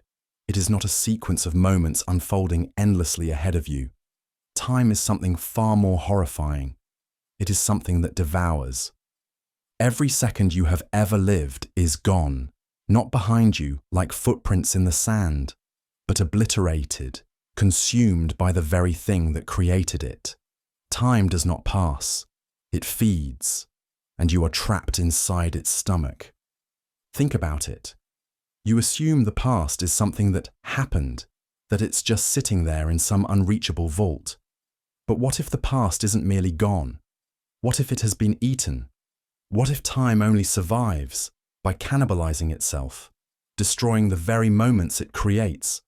That means every experience you've ever had, every joy, every loss, every thought, has already been swallowed whole. And worse, it means that every future moment will suffer the same fate. You are constantly moving forward, believing there's something waiting for you. But all that's ahead is an open maw, a great nothingness that will erase everything you are, just as it erased everything you were. Right now, this moment, you, listening, thinking, existing, is already in the process of being eaten. But here's the real horror. If time is consuming itself, if every moment is devoured the instant it happens, then how do you even know you exist? You believe your life has been continuous, that you are the same person you were yesterday, but that's just a story your mind tells you. Because if time is constantly erasing itself, then every version of you that has ever existed is gone. So what makes you think you are real now? What makes you think this moment won't vanish before you even finish this sentence? Maybe it already has. Maybe you were never here to begin with. Maybe time already consumed you, and you are just the echo of something that was devoured long ago. You think you're moving forward. But what if, instead, you are being swallowed, piece by piece, second by second, until there is nothing left? And when time has eaten itself completely, there will be no evidence it ever existed at all. The fine-tuning of the universe. Picture waking up in a world where gravity is slightly weaker. Not enough to notice right away, but just enough that stars never formed. The sky is pitch black, empty, silent. No galaxies, no planets, no life. Now imagine another universe, where gravity is just a little too strong. Everything collapses into black holes before anything can exist. No matter where you turn, the universe is a dead void, or worse, a crushing abyss. And yet, here you are. Why? The universe is balanced on a knife's edge. There are certain numbers, fundamental constants, baked into reality. The strength of gravity, the charge of an electron, the force holding atoms together. These values don't have to be what they are. In fact, they could have been anything. But they aren't random. They are precise. So precise that even the slightest change, one part in a million, a billion, a trillion, would erase everything. No stars, no planets, no you. Think about that. You are here because the numbers were perfect. Not close, not good enough. Perfect. So perfect that the odds of a universe like this forming by chance are so small they might as well be zero. And yet, it happened. So how? There are only a few possibilities. 1. It's all a coincidence. But that's absurd, isn't it? If you rolled a trillion-sided die and it landed on exactly the right number to create life, would you believe it was random? Or would you start to wonder? 2. There was a designer, a consciousness that set the values just right, fine-tuning the universe like a musician tuning an instrument. A god, a force, something beyond us. But then you have to ask, who or what fine-tuned them? And if we were designed, why were we made in a universe so cold, so vast, so hostile? 3. There are infinite universes. If enough realities exist, then maybe, just maybe, one of them had to get lucky. Maybe this is that universe. Maybe there are others, countless dead, empty realities where the dice landed differently, where the laws of physics twisted into something unlivable. Maybe most universes are silent graves. But then you realize something chilling. If the multiverse is real, then almost all conscious beings wouldn't exist in stable, predictable realities like ours. They would exist in the rare universes on the edge of destruction, where chaos is always moments away. Universes where they barely survive, where physics is just stable enough to allow thought, but not stable enough to be safe. So why don't we see that? Why does our universe seem stable? Maybe it only seems that way because we haven't lived long enough to see it unravel. Maybe the fine-tuning isn't fine-tuning at all. Maybe the universe isn't balanced, and we just exist in the brief moment before everything collapses. A cosmic accident, waiting to correct itself. And when it does, you will realize just how rare this moment of life was, right before it's gone. Eternal recurrence. You wake up. The sun filters through the curtains just as it always has. You feel the same weight in your limbs, the same grogginess in your mind. You check your phone. The date, the messages, the notifications. Identical. You get up, brush your teeth, eat the same breakfast and go about your day. It feels normal, but something gnaws at the edges of your awareness, like an itch you can't scratch. A sense of déjà vu that won't fade. And then it hits you. You've done all of this before. Not just yesterday, not just last week. Forever. Everything you have ever done, are doing, and will do has already happened. An infinite number of times. Every mistake, every triumph, every regret, every moment of happiness and suffering. You've already lived it all, over and over and over again, and you will continue to. This is the idea of eternal recurrence, the nightmare that time is not a straight line, not a cycle that ever truly evolves, but a loop that never ends. It's easy to imagine time as something that stretches infinitely forward, a vast horizon of possibility. But what if it isn't? What if the universe is not expanding into endless newness, but rather spiraling back onto itself like a snake devouring its own tail? What if at the end of time, there is only the beginning again? You might think, so what? If I don't remember my past lives, does it even matter? Oh, but that's where the horror lies. Because the version of you sitting here right now watching this version will experience this exact moment again, and again, and again.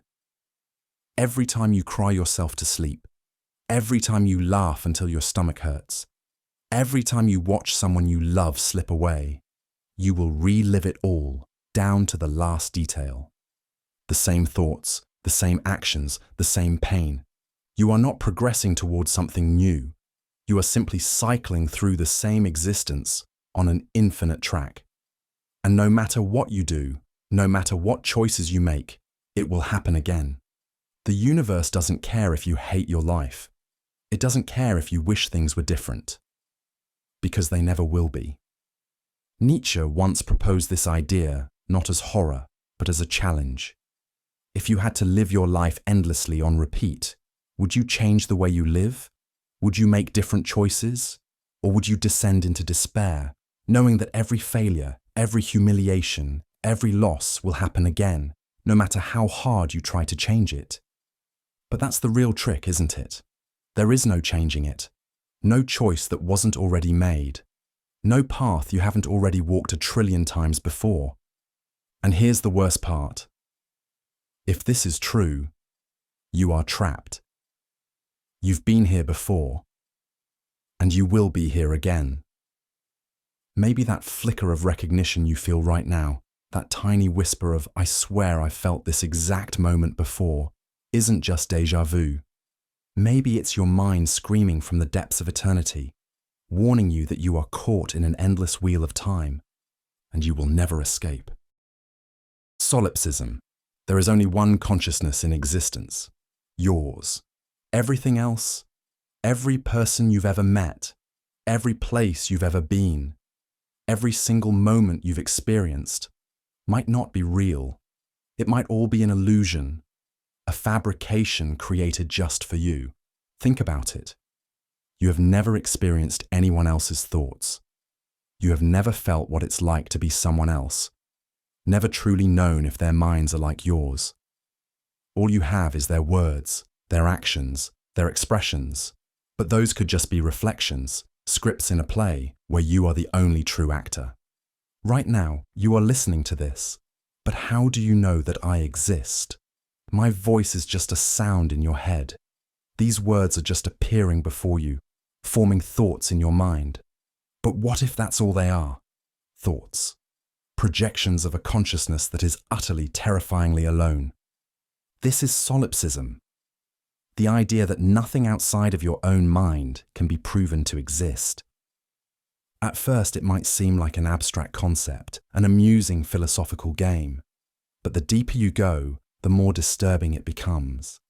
Because it means that everyone you have ever loved, everyone who has ever mattered to you, may be nothing more than echoes, phantoms conjured up by your own solitary awareness. Your parents, just part of the script. Your best friend, a character designed to keep you company, that stranger who walked past you on the street today. A temporary construct, flickering in and out of existence the moment you stop perceiving them. How can you prove otherwise? You can't. Science tells you the universe is vast, full of galaxies, planets, and countless other minds. But have you ever been to those galaxies? Have you ever seen those other minds from the inside? All you have is information. Information given to you by a world that may not even be real. What if, at the core of everything, there is no universe, no society, no history, no world beyond what your mind perceives? What if every interaction you've ever had was just you, talking to yourself in different voices? But here's where it gets worse. If nothing exists but you, then what are you? What is your mind? If the universe is a lie, then what created the lie? Why was it created? And why, of all things, are you the one trapped inside it? You might wonder, if I were truly alone, wouldn't I feel lonely? Wouldn't I sense the emptiness? But think about dreams. When you dream, the people inside your dream feel real. You don't question their existence while you're inside the dream. You don't stop to think, these people are just figments of my imagination. You just live it until you wake up. But what if you never wake up? What if this is the dream? What if you are wandering through a reality that is nothing more than an elaborate hallucination, designed to keep you from realizing the truth, that you are the only being that has ever existed and ever will? And if that's the case, then here's the question that should terrify you the most. Who created this illusion for you, and why? Perhaps it was an accident. Perhaps you are the broken remains of something greater, trapped in an endless hallucination to shield yourself from a horror beyond comprehension. Or perhaps there was never anything else. There was never a world, never other people, never a vast and beautiful universe. There was only you. Always has been. always will be, and you will never, ever know why. Your soul is a black hole's echo. Close your eyes. Imagine yourself standing at the edge of existence, staring into an abyss so vast, so all-consuming, that it doesn't just swallow light, it swallows meaning itself. A black hole. A place where reality stretches, where time fractures, where even the concept of self dissolves. Now, what if you were never standing outside of it? What if you were never separate from it at all? What if this, your thoughts, your memories, the feeling of being you, is nothing more than an echo of something that was pulled into darkness long ago? A black hole doesn't just consume, it erases. Anything that falls inside is shredded to its fundamental essence, its information smeared across the event horizon, lost to the physical world. But lost doesn't mean gone. Information, according to physics, can never be destroyed. It lingers, distorted, warped beyond recognition, but still there, imprinted on the universe in ways that defy understanding. And so, what if your soul, your consciousness, your awareness, isn't where you think it is? What if you are not inside your body? What if your thoughts, your emotions, your entire sense of self are just the residue of something that no longer exists in any real way?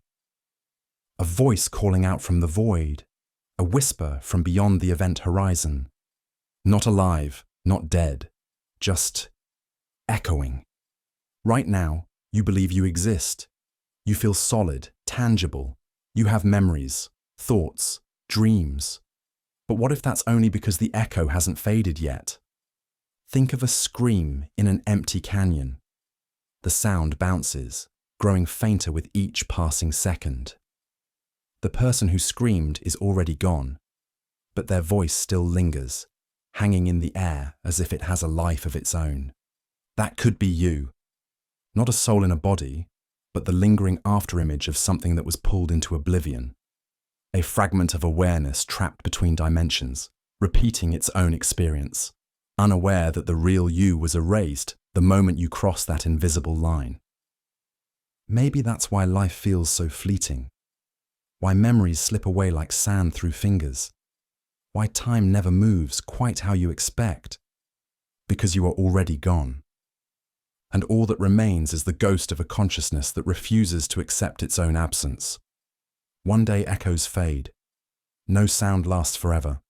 No ripple in space goes on indefinitely. One day, whatever is left of you, this voice, this moment, this fleeting illusion of self, will finally dissolve.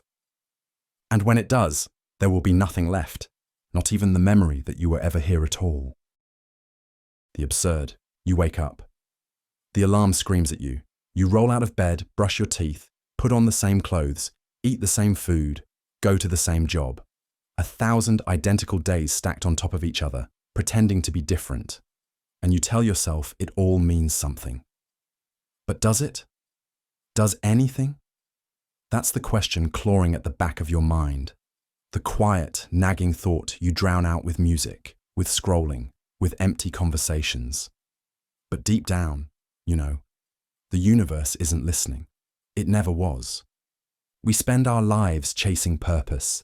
We build religions, write philosophies, tell ourselves stories about fate and destiny, all to convince ourselves that there's some grand reason for why we're here, that our suffering leads somewhere, that our struggles aren't in vain. But reality doesn't care about your reasons. The universe is indifferent, cold, silent. It offers no answers, no guiding hand, no secret purpose waiting to be discovered. It just is.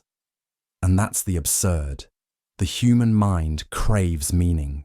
The universe refuses to give it. And so we are left stuck, searching for answers that don't exist, asking questions that will never be answered. The Greek myth of Sisyphus is the perfect metaphor for life itself. A man condemned to roll a boulder up a hill, only for it to roll back down, over and over, for eternity. No escape, no progress, just an endless, pointless cycle. Now look at your own life. You work, You eat, you sleep, you struggle, you push forward. And for what? So you can do it all again tomorrow. So you can grow old and watch it all slip away. So you can reach some final destination, only to realize there was never one to begin with. The struggle is the destination. The effort is the reward. And it means nothing. Every dream you chase, every goal you set, every justification you give yourself is just another distraction. You are an actor reading from a script with no author, a puppet with no strings. Every achievement, every failure, every love, every loss, none of it holds any real weight outside of the story you tell yourself. And the most terrifying part? The story doesn't even matter, because one day you'll die. And after that, your memories, your legacy, your name, gone. The world moves on without you, and the vast, uncaring universe continues, as if you never existed at all. But here's the real nightmare.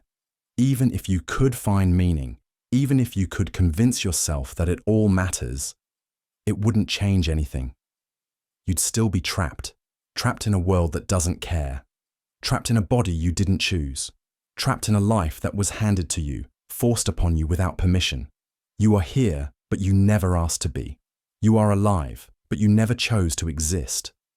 And the absurdity of it all is that even though you never agreed to play this game, you still have to keep playing. So what do you do? How do you live knowing nothing matters? Some say you should embrace it, that you should laugh in the face of the absurd, that you should create your own meaning, even if it's all a lie. But deep down, you'll always know the truth. No matter how much you try to drown it out, no matter how much noise you surround yourself with, the silence of the universe is always there, waiting. And perhaps that's the most absurd thing of all. Moral luck. You think you're a good person. You follow the rules, you help when you can, and you try to do the right thing. But what if your morality isn't yours at all? What if the difference between being a hero and a monster comes down to something as meaningless as timing, chance, or a twist of fate? Imagine two drivers on a dark road. Both have had a drink or two, both are slightly over the legal limit, and both are making the same mistake, getting behind the wheel when they shouldn't. The first driver makes it home safely. The second hits a pedestrian and kills them instantly. The first person wakes up the next morning, goes about their life, and forgets the risk they took. The second spends the rest of their existence consumed by guilt, labelled a criminal, their name forever tied to a single terrible moment. But were they really different? Or did luck decide who got to be innocent? This is the nightmare of moral luck. The idea that the morality of our actions, the difference between blame and praise, isn't fully under our control. You want to believe that justice is fair, that consequences reflect intention. But the world doesn't work that way. Every moment, you are at the mercy of chance, and your entire life could be rewritten by an accident, an oversight, or a split-second event that you never saw coming. Think about history. We admire leaders who led their nations to victory, but had the dice landed differently, those same leaders would be remembered as reckless failures. We call some people geniuses simply because their discoveries worked. But how many brilliant minds faded into obscurity just because the right circumstances never lined up? Even your personal morality is shaped by things you didn't choose. Where you were born, how you were raised, the people you met along the way. You might think you're a good person, but if you had lived a different life, under different circumstances, would you still be? Or would you have been someone you'd hate? Take another example. Two soldiers in battle. Both fire their weapons. One bullet misses its target. The other strikes a young child hiding behind the rubble. The first soldier is relieved. He believes he did the right thing, fought honorably. The second is haunted forever. But what's the real difference? A gust of wind, a fraction of a second, the angle of the shot. What if the guilt, The moral weight of their choices had nothing to do with their intentions, only with whether chance allowed them to see themselves as good or evil. The terrifying truth is that you are constantly walking a tightrope over an abyss of possibilities. A slight nudge in the wrong direction, a single unlucky moment, and you could become a villain in your own story. It's easy to look at criminals and think, I would never do that. But is that really true? Or did the world simply spare you from the test? Even the law itself is based on the illusion that we control our fate. We punish the drunk driver who kills, but we ignore the thousands who drove home safely under the same conditions. We celebrate those who succeed, calling them hardworking, brilliant, and deserving, while ignoring those who worked just as hard, but were crushed by forces beyond their control. The world isn't fair, and worse, morality isn't either. You like to believe you've earned your goodness, that you're good because of the choices you made, not because the universe happened to spare you from disaster. But have you ever been in the wrong place at the wrong time? Have you ever been blamed for something that wasn't your fault? If you have, then you know the truth. Morality is just as fragile as luck itself. You are not who you think you are. You are who luck has allowed you to be. And the scariest part? You will never know how many times you've been 1 second, one choice, one coincidence away from becoming someone unrecognizable. The only thing keeping you alive is luck. You're crossing the street, minding your own business. A car barrels toward you, but the driver glances at their phone at the last second, just enough for them to miss the light and slam their brakes in time. You never even noticed. You step onto the sidewalk, oblivious, carrying on with your day. It could have ended right there. A 2-second delay, a distracted driver, a gust of wind pushing you forward. Any of it could have been enough, but it wasn't. Not this time. This is the terrifying reality of your existence. The only thing keeping you alive is luck.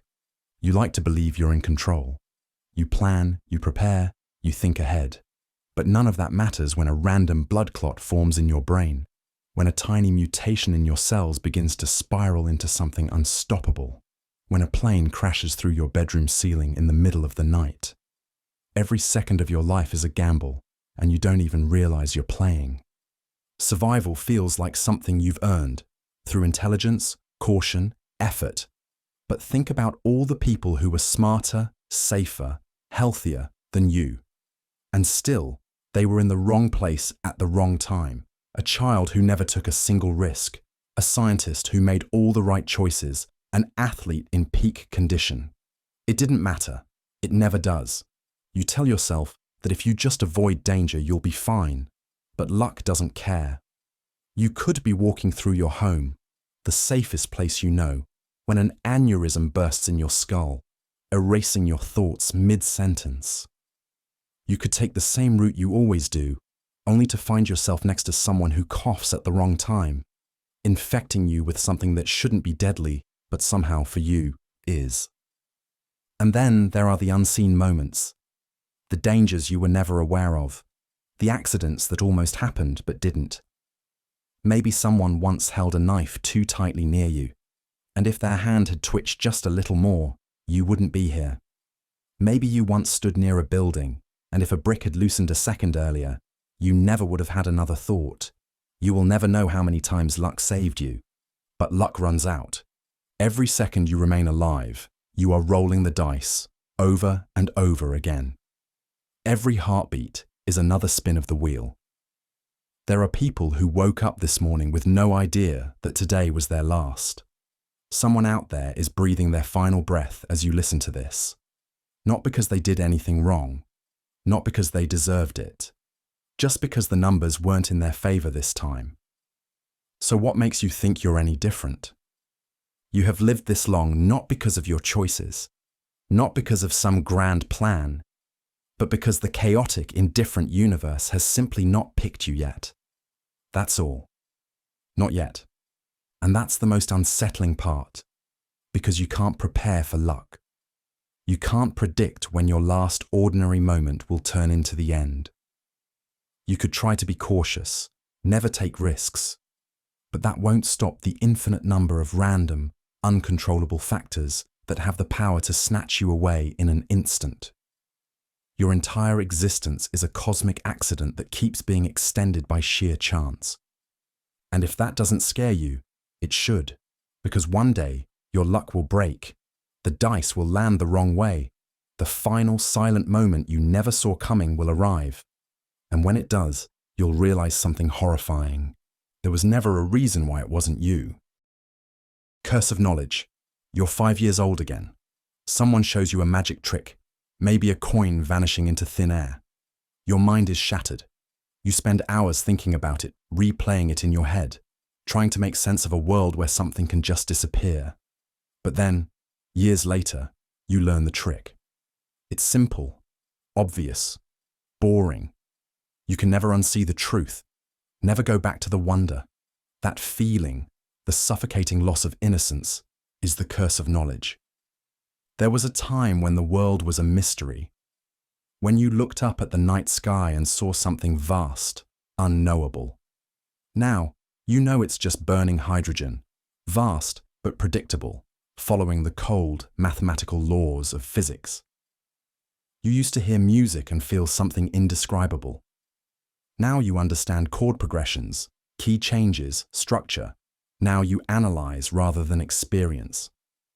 You used to see people as simple, genuine, feeling creatures.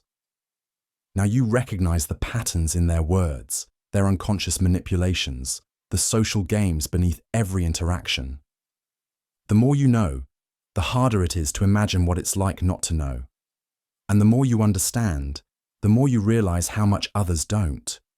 You try to explain an idea, something obvious to you, and they just don't get it. Their blank stares frustrate you.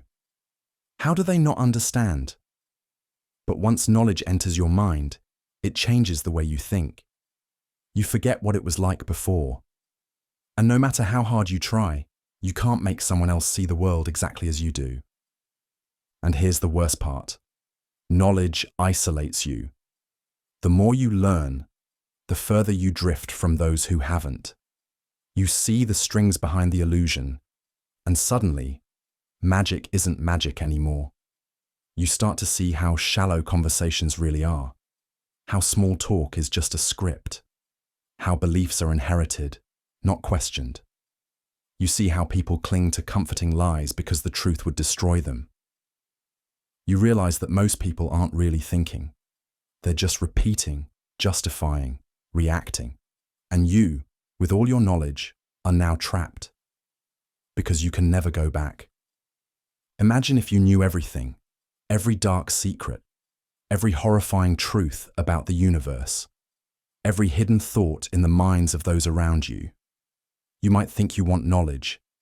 You might think wisdom is a gift. But imagine the weight of it.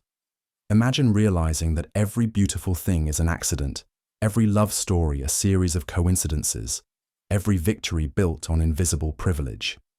Imagine seeing every flaw in the people you admire, knowing that their kindness is conditional, their beliefs borrowed, their strength just a fragile illusion. Imagine seeing yourself clearly, every excuse, every bias, every lie you tell yourself to make your existence bearable. Knowledge doesn't free you. It cages you in a prison of awareness. It makes you watch as everyone around you lives in blissful ignorance, while you are cursed to see things as they are. And yet, you can't turn it off.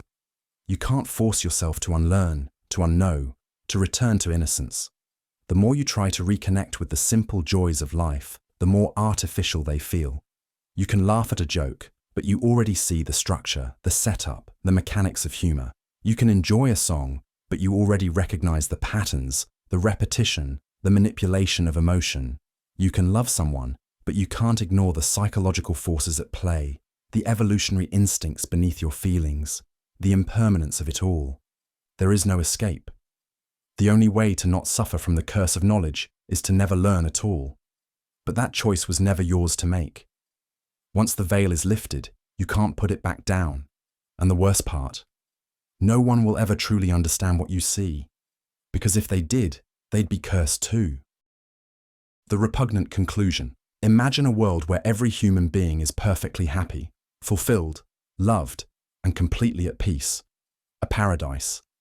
But now, imagine another world. In this one, people are far less happy. They live dull, unremarkable lives, just barely worth living. And yet, there are far more of them, trillions upon trillions, stretching across galaxies. The first world is beautiful, but small. The second is vast, but mediocre. Which world is better? Your instincts might tell you that the first world, the one filled with happiness, is clearly the better choice. But here's where things get horrifying. Some of the greatest philosophers argue that, mathematically, the second world is preferable. It's called the Repugnant Conclusion, and once you understand it, you'll never see morality the same way again. It starts with simple logic. If one happy life is good, then two happy lives are better. If two are better, then a million must be even better. And if happiness matters at all, then increasing the total amount of happiness in the universe should always be a good thing. So if you could choose between a small population living in bliss and a much larger population experiencing just barely enough happiness to make life worth living, the larger population should be better. Because even if the happiness is diluted, the total amount of happiness is greater. Right? But follow this logic to its terrifying end. Suppose you start with an ideal world of a few billion supremely happy people. Now imagine adding more people, but each one slightly less happy than those before. The total happiness increases, even if individual happiness decreases. Keep adding more, and eventually you reach a world where everyone lives lives of near meaningless drudgery. But because there are so many of them, the total happiness is still greater than in the paradise we started with. A world filled with lives that are barely worth living. And yet, according to cold mathematical reasoning, this world is better. A trillion people living in dull mediocrity is better than a billion living in ecstasy. And once you accept that, there's no stopping it. The logic keeps pulling you downward, further and further, into a world where everyone is technically better off, yet nobody actually experiences a life worth celebrating. The implications are nightmarish. If this logic is true, then humanity's future might not be one of boundless joy and enlightenment. It might be an ever-growing, ever-expanding mass of existence, where life continues for the sake of existence itself, not because it is good or meaningful. A universe where the total sum of happiness grows while the quality of any individual life deteriorates. And here's the part that really shatters your sense of morality. If we believe that more happiness is always better, then this bleak future isn't just possible, it's inevitable. It's the natural outcome of a world where numbers decide morality. The only way to stop it is to deny the logic altogether, to say that less total happiness can be better than more. But that means abandoning everything we assume about what makes a world good. So, which do you choose?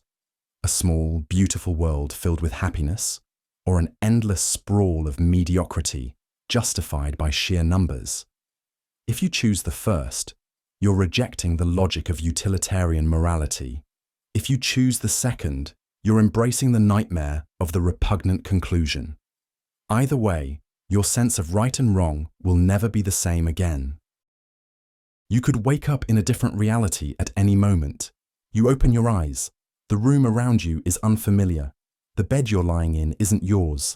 The air smells different. The light filtering through the window casts strange, unfamiliar shadows on the floor.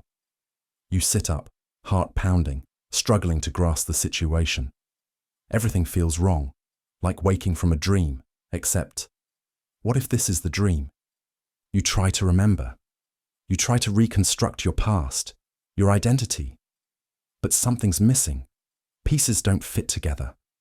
The memories feel distant, hazy, as if they belong to someone else. A terrifying thought creeps into your mind. What if you just woke up in a different reality? The unsettling part. You'd never see it coming.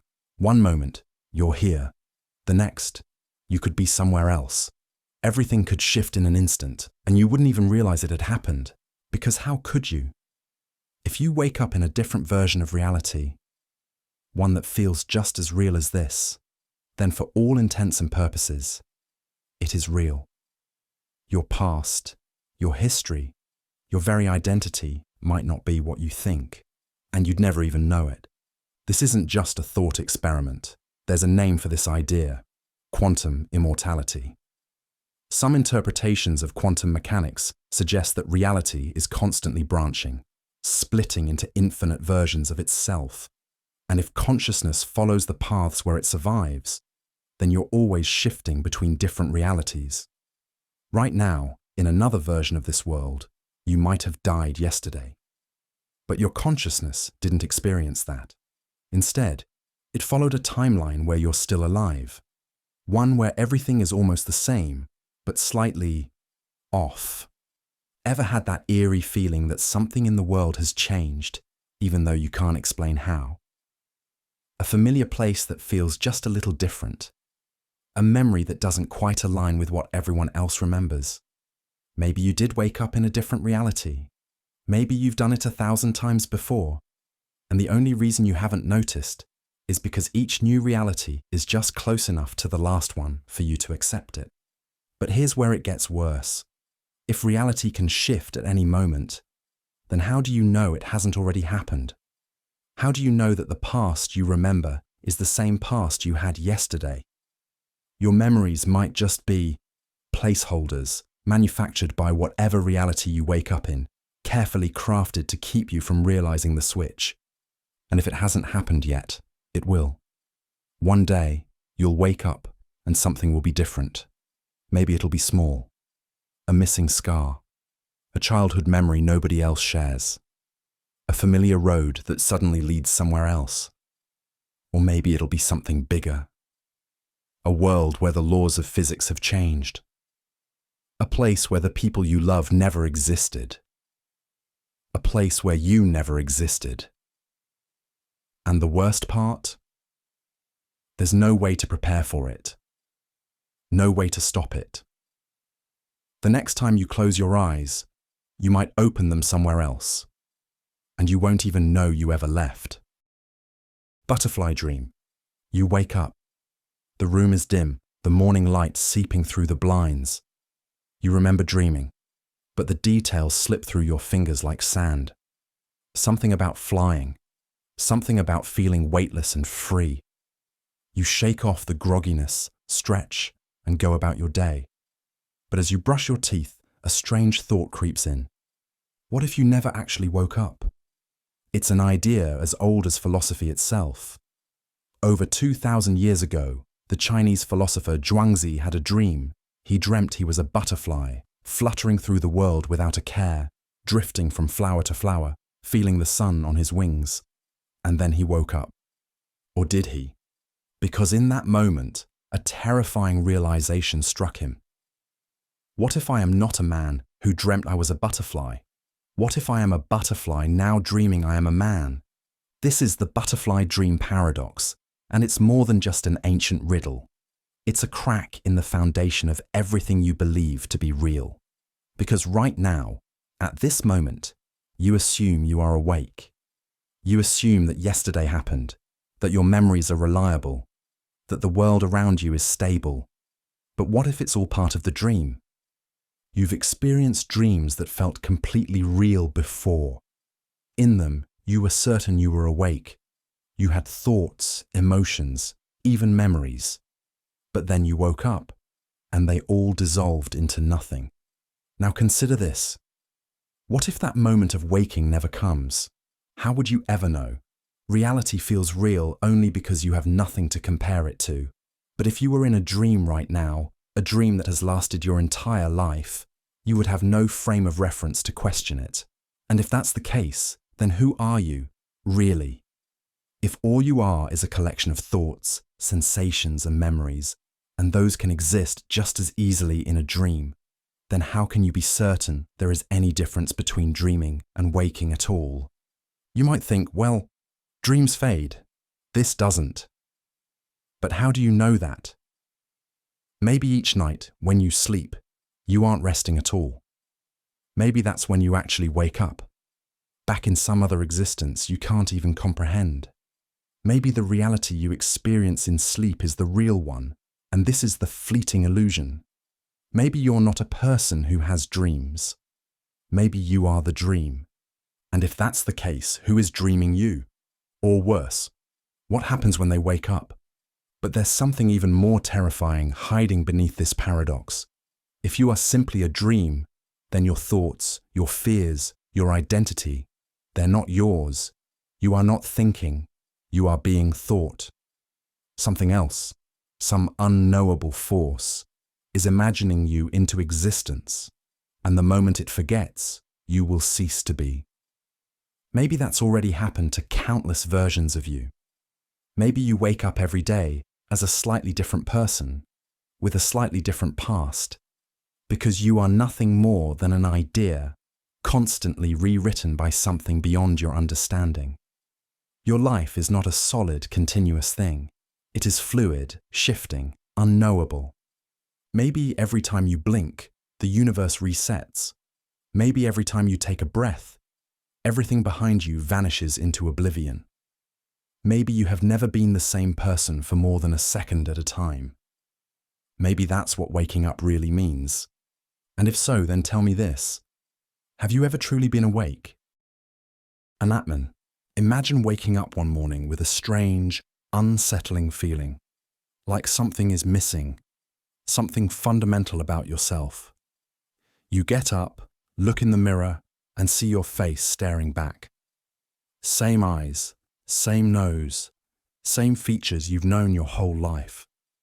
But then a thought creeps in. Who is looking?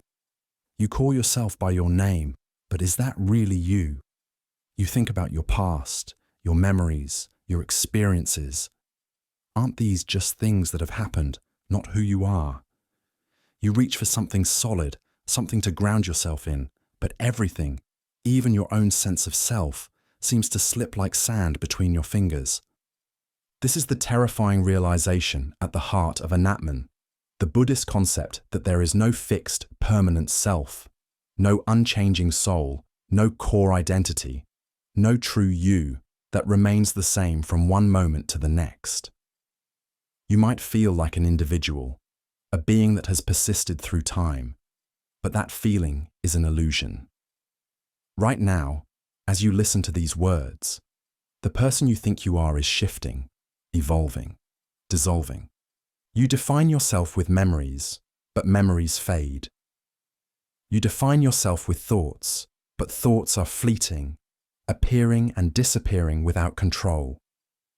You define yourself with your body, but your body is just a collection of cells, constantly dying and replacing themselves. If everything that makes you you is changing, then what is left? What is the self that you so desperately cling to? Maybe you tell yourself, I am the one experiencing all of this. But think about it. What is this I that experiences? It's not your thoughts, because you can observe them. It's not your emotions, because you can feel them rise and fall. It's not even your awareness, because awareness itself is just another thing happening, another impermanent phenomenon passing through you.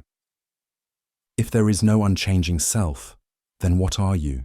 Just a process, a temporary flow of experiences, a collection of thoughts, sensations, and perceptions, all pretending to be a person? This isn't just philosophy. It's something you can feel if you pay attention. Close your eyes. Try to find the boundary between where you end and the world begins. Try to locate the thing inside you that is you. You won't find it. The more you search, the more it disappears. The more you try to grasp it, the more it slips away. It's like trying to hold on to a shadow or catch smoke with your hands.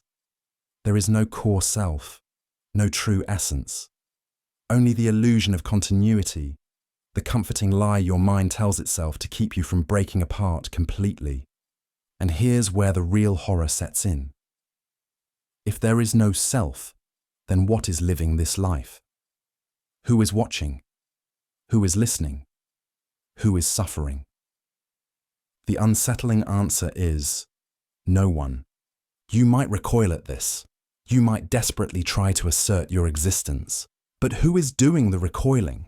Who is trying? The moment you try to claim a self, it crumbles under scrutiny. And if there is no true self, then what dies when you die?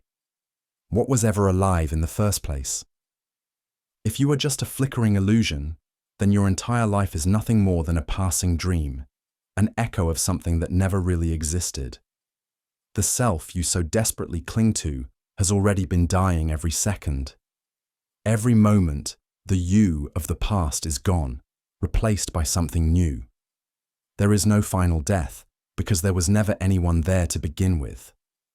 This is the ultimate emptiness, the inescapable void behind the mask of identity. And the scariest part? You've always known it, deep down. Every time you've felt like you were losing yourself, every time you've caught a glimpse of the hollow space behind your thoughts, this truth was staring right at you. So what do you do now? Do you fight it? Try to pretend you are something solid, something real?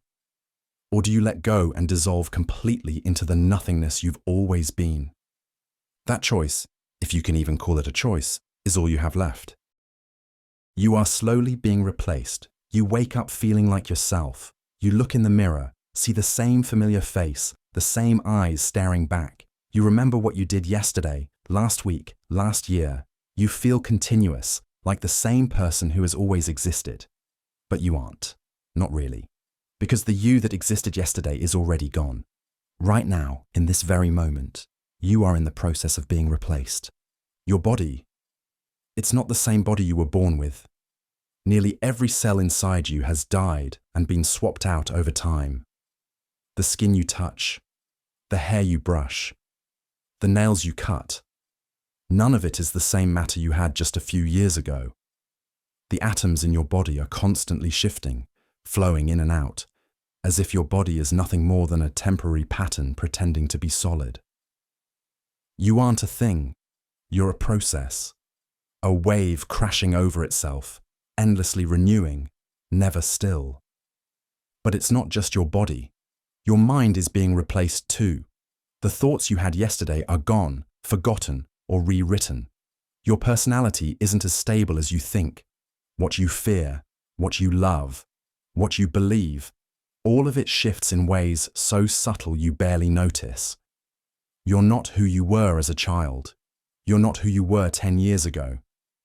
And 10 years from now, the person hearing these words will be nothing more than a distant memory, a version of you that no longer exists. It gets worse. Even your memories, the very things that make up your sense of self, are betraying you. Every time you recall something, you rewrite it. You change details, distort emotions, and unknowingly edit the past to fit the present. Your most cherished moments, your defining experiences, none of them exist as you remember them. They've been overwritten so many times that they might as well belong to someone else. If everything about you is being replaced, then what exactly are you? Are you just a ship constantly losing its planks, with new ones nailed in place? If every single part of you is swapped out over time, is there even an original left? Or are you nothing more than a slow-motion illusion, a thing that believes it is stable, when in reality, it has been disappearing all along? The truth is, the you who started listening to this is already gone.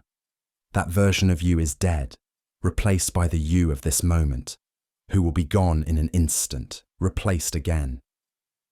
You are not a singular being moving through time. You are an ever-changing sequence of versions, each thinking it's the real one. And then, one day, the final version of you will arrive, the last replacement, the last in the chain, the last one to ever think, I exist. And when that one goes, there will be no next you, no continuity, just nothing. And that is the scariest part of all. You have been disappearing all along, and you never even noticed. There is no you, just a collection of thoughts. There is no you, not in the way you think. Right now, you believe you exist as a singular, continuous being, an individual with a distinct identity, a self, a mind that has been you from the beginning. But what if I told you that's just an illusion? That the thing you call yourself isn't a real entity at all, but just a collection of thoughts, flickering in and out of existence, held together by nothing but the memory of their own passing. Think about the last time you got lost in thought. Maybe you were driving home and suddenly realized you had no recollection of the last few minutes. Who was in control during that time? Where was you? Or consider a moment of intense anger. In that moment, you might say things you don't mean, do things you later regret. But later, when you've calmed down, you say, "That wasn't me." If it wasn't you, then who was it? And more importantly, where did you go in that moment? Your identity isn't fixed. It's a shifting mass of thoughts and experiences, constantly changing, constantly contradicting itself. Right now, you feel like one person. But the version of you from 10 years ago had different opinions, different fears, different dreams. If you met that past version of yourself today, you might not even get along. And if that's true, then which one is the real you? The answer is simple: neither. Your sense of self is nothing more than a mental habit. The brain generates thoughts, feelings, and memories, and because they happen in the same body, you assume they all belong to a singular you, but they don't. The thought you're having right now is separate from the one you had 5 seconds ago. The you that existed in childhood is gone, just as the you from 5 minutes ago has already started to fade. The only thing tying them together is memory. But memory is unreliable. Memory changes. So what does that mean for your identity? It means it's hollow. It means that every moment, a new collection of thoughts is forming, replacing the last one and calling itself you. But this you has no core, no substance, just a fleeting awareness pretending to be permanent. Think about a flame. A candle burns, but is it the same flame from 1 second to the next? Or is the fire constantly replacing itself, moment after moment, tricking you into thinking it's a single unbroken thing? Your mind is that flame, always changing, never still, never the same from 1 second to the next. And what happens when that awareness stops? What happens when, for just a moment, the thoughts go silent?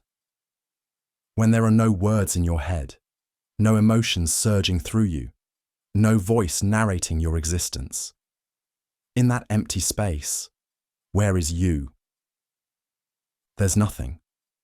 Because there was never anyone there to begin with. Just an endless stream of thoughts, whispering themselves into existence, mistaking themselves for a person. You are nothing but the story you tell yourself. Anti-Natalism. Imagine you are standing on the edge of an endless abyss, staring into the black void. Now imagine that before you were born, you existed in that abyss, formless, unaware, untouched by pain, untouched by anything at all. You had no hunger, no sorrow, no longing. You simply were not. And then, without your consent, you were dragged from that nothingness and thrown into a world where suffering is inevitable, where time carves its wounds into you, where death waits with open arms. You didn't ask for this. You didn't choose this. Yet here you are. Every moment of existence is a gamble. Will today be filled with joy, or will suffering claw its way into your life? You may find love, but you will lose it. You may find peace, but it will be temporary. You may escape pain, but only for a while. Life is an endless cycle of wanting and losing, of reaching and failing, of hope and despair. If you are lucky, you may live a good life. But luck is cruel. Not everyone gets to be happy. Most don't.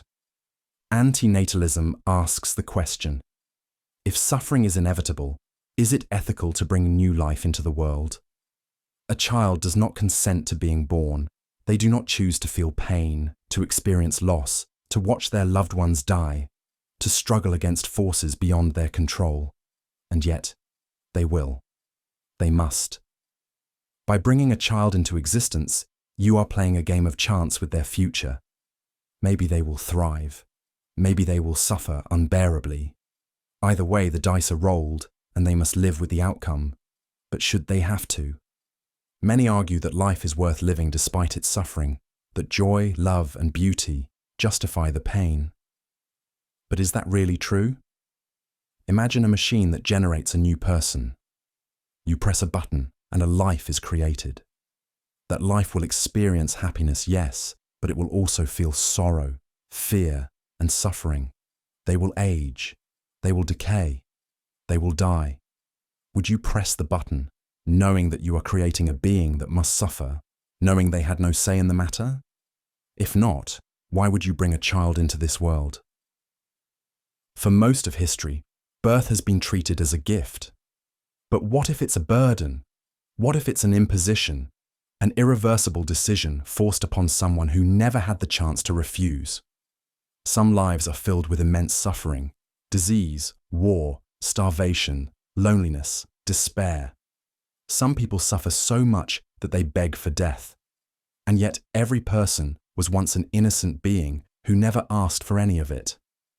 There is no escape from pain, no guarantee of happiness, no way to undo the choice of existence once it has been made. Life is not something you can return or discard if you don't like it. It is forced upon you, and you must endure it until it ends. And then, after years of struggle, of fleeting joy and inevitable loss, of longing and regret, you return to the abyss. Back to nothing. Back to where you started. So why bring someone into the world at all? Why create a being who must suffer, who must age, who must one day realize that everything they have ever loved will be taken from them? Is it kindness to give someone life, or is it cruelty? And now, the final question. If you could go back to before your birth, to the moment before existence took hold of you, if you could choose whether or not to be born at all, would you? Reality dissolves when you understand it. Have you ever had a moment where the world around you didn't feel real? Maybe you were staring into a mirror for too long, or repeating a word until it lost all meaning. For a brief second, reality itself felt thin, like a surface you weren't supposed to see through. And if you had looked just a little deeper, maybe you wouldn't have come back. Most people never think about it, but reality only exists because you assume it does. You go about your life accepting the world at face value, never questioning why anything exists at all. But once you start asking too many questions, things begin to break down. Let's do an experiment. Try to define existence without using circular logic. Why does anything exist instead of nothing? What does real even mean? Why does time flow the way it does? Why is now happening instead of some other moment? The deeper you go, the worse it gets. Science gives us laws, but it can't explain why those laws exist in the first place. Philosophy raises questions, but never finds solid answers. And your own thoughts? They're just electrical signals bouncing around inside a brain you didn't choose, following rules you didn't create. Here's where it gets terrifying. What if reality isn't stable? Imagine the universe as a fragile illusion, one that only persists because no one questions it too deeply. Like a dream that shatters the moment you realize you're dreaming. What if your entire life, every person, every memory, every rule of physics is only true because you believe it is? What happens when you stop believing? There are stories scattered throughout history of people who went too far. Philosophers who lost their minds after realizing the world makes no sense. Scientists who stumbled upon truths too strange to accept. People who, for no apparent reason, became convinced that nothing around them was real and simply disappeared. Could that happen to you? Maybe reality is self-correcting. Maybe it erases those who understand it too well. That would explain why the world is full of people who accept the illusion without question, while those who probe too deeply seem to go mad. Maybe insanity isn't a malfunction. It's the mind's only defense against seeing the truth. So, what if you're already on the edge? What if, by thinking about this, by even considering the idea, you've started unraveling the illusion? Right now, as you listen, reality is straining to hold itself together. Your mind is grasping for solid ground, trying to reassure itself that everything is fine. But what if you just let go? What if you accepted that nothing is real and watched as everything dissolved? Would you wake up in a higher reality?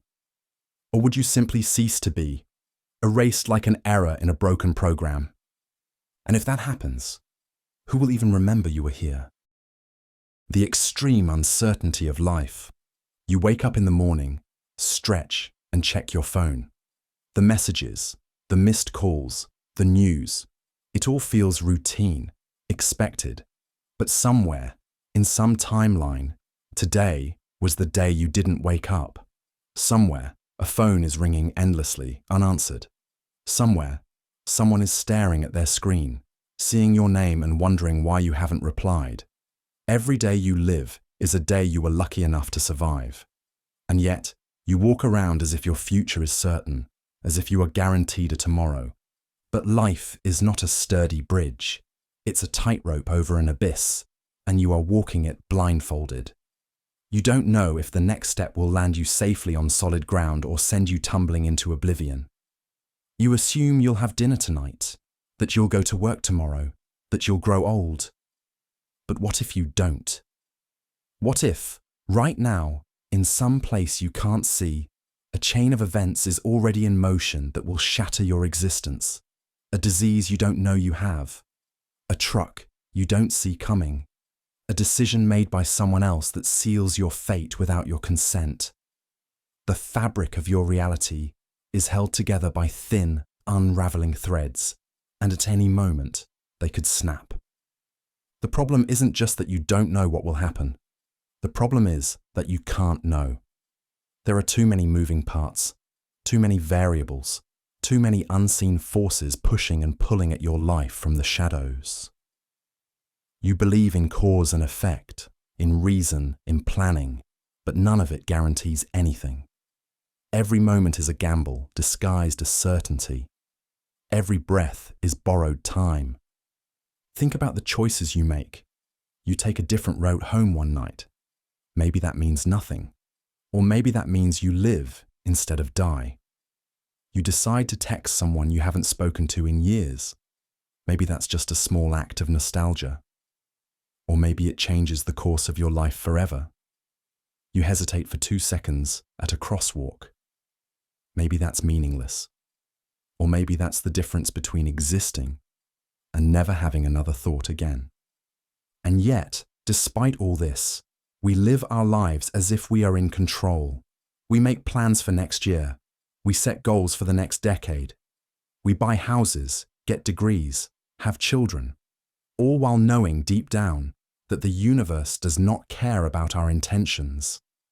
Everything you have built, everything you cherish, everything you are, could be erased in an instant by something as insignificant as a split-second delay or a single misplaced step. Maybe that thought fills you with terror. Maybe it makes your stomach drop, your hands tremble. But here's the real kicker. If life is so uncertain, if everything is so fragile, then what is certain? If you can't even predict whether you'll make it to the end of the week, what does that say about the meaning of anything you do? Does it matter if you succeed? Does it matter if you fail? Does it matter if you love, if you suffer, if you strive for greatness, or if you spend your days hiding from the unknown? Or is all of it just a fleeting illusion, dancing on the edge of an abyss that swallows everything in the end? You've spent your whole life pretending that stability exists, but deep down, you know the truth. You are not walking on solid ground. You are floating in chaos, hoping the storm doesn't notice you. And when it does, because it always does, you won't even have time to scream before you disappear. Sleep is death being shy. Every night, you disappear. One moment, you're here, thinking, feeling, existing. The next, Nothing. A void. A black cut in your perception of time. You don't even notice yourself slipping away. Sleep takes you gently, like a hand on your shoulder, guiding you into the unknown. And for hours, you are gone. Where are you in that time? Not dreaming. Dreams are just brief, scattered intermissions in the vast nothingness of unconsciousness. Most of the night your mind is empty, your awareness is absent, and the world moves on without you. The body remains, but you are missing. And yet, every morning you return. It feels natural. It feels inevitable. But what if one night you didn't? Think about the moment you fall asleep. Do you remember it? No. You can recall the before, lying there in the dark, thoughts drifting. And you can remember the after, waking up, adjusting to the light, piecing yourself back together. But the in-between is a blank space. You trust that space, assuming it will always spit you back out on the other side. But what if it doesn't? This is the uncomfortable truth. Every night, you approach the edge of existence.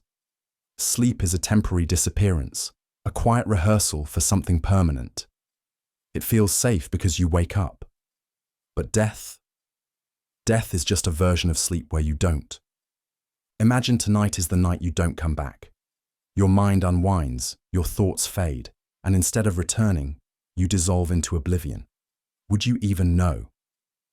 The idea of dying suggests a process, an event. But what if death isn't something that happens to you? What if it's something you fail to notice? One night your body shuts down, and there is no awakening, no awareness, no realization, only nothing. People die in their sleep all the time. It's a peaceful way to go, they say. But is it? Or is it simply unnoticeable? If death is anything like deep sleep, there's no last-second epiphany, no final burst of understanding. Just absence. You've already experienced that absence thousands of times. The only difference is that so far you've always come back. Consider this. Every morning, you wake up as if the universe has flipped a switch. But how do you know it's really you? What if every night the person who falls asleep isn't the same one who wakes up? What if sleep is a reset, a quiet replacement of one version of you with another? Your memories remain, so you assume continuity. But that's just a trick of the mind. If sleep is a cousin of death, then waking up is a miracle, an unearned gift, a stroke of impossible luck. Yet you treat it as a given, never questioning how delicate this system truly is. You close your eyes, you vanish, and, if you're lucky, you return. But one day you won't.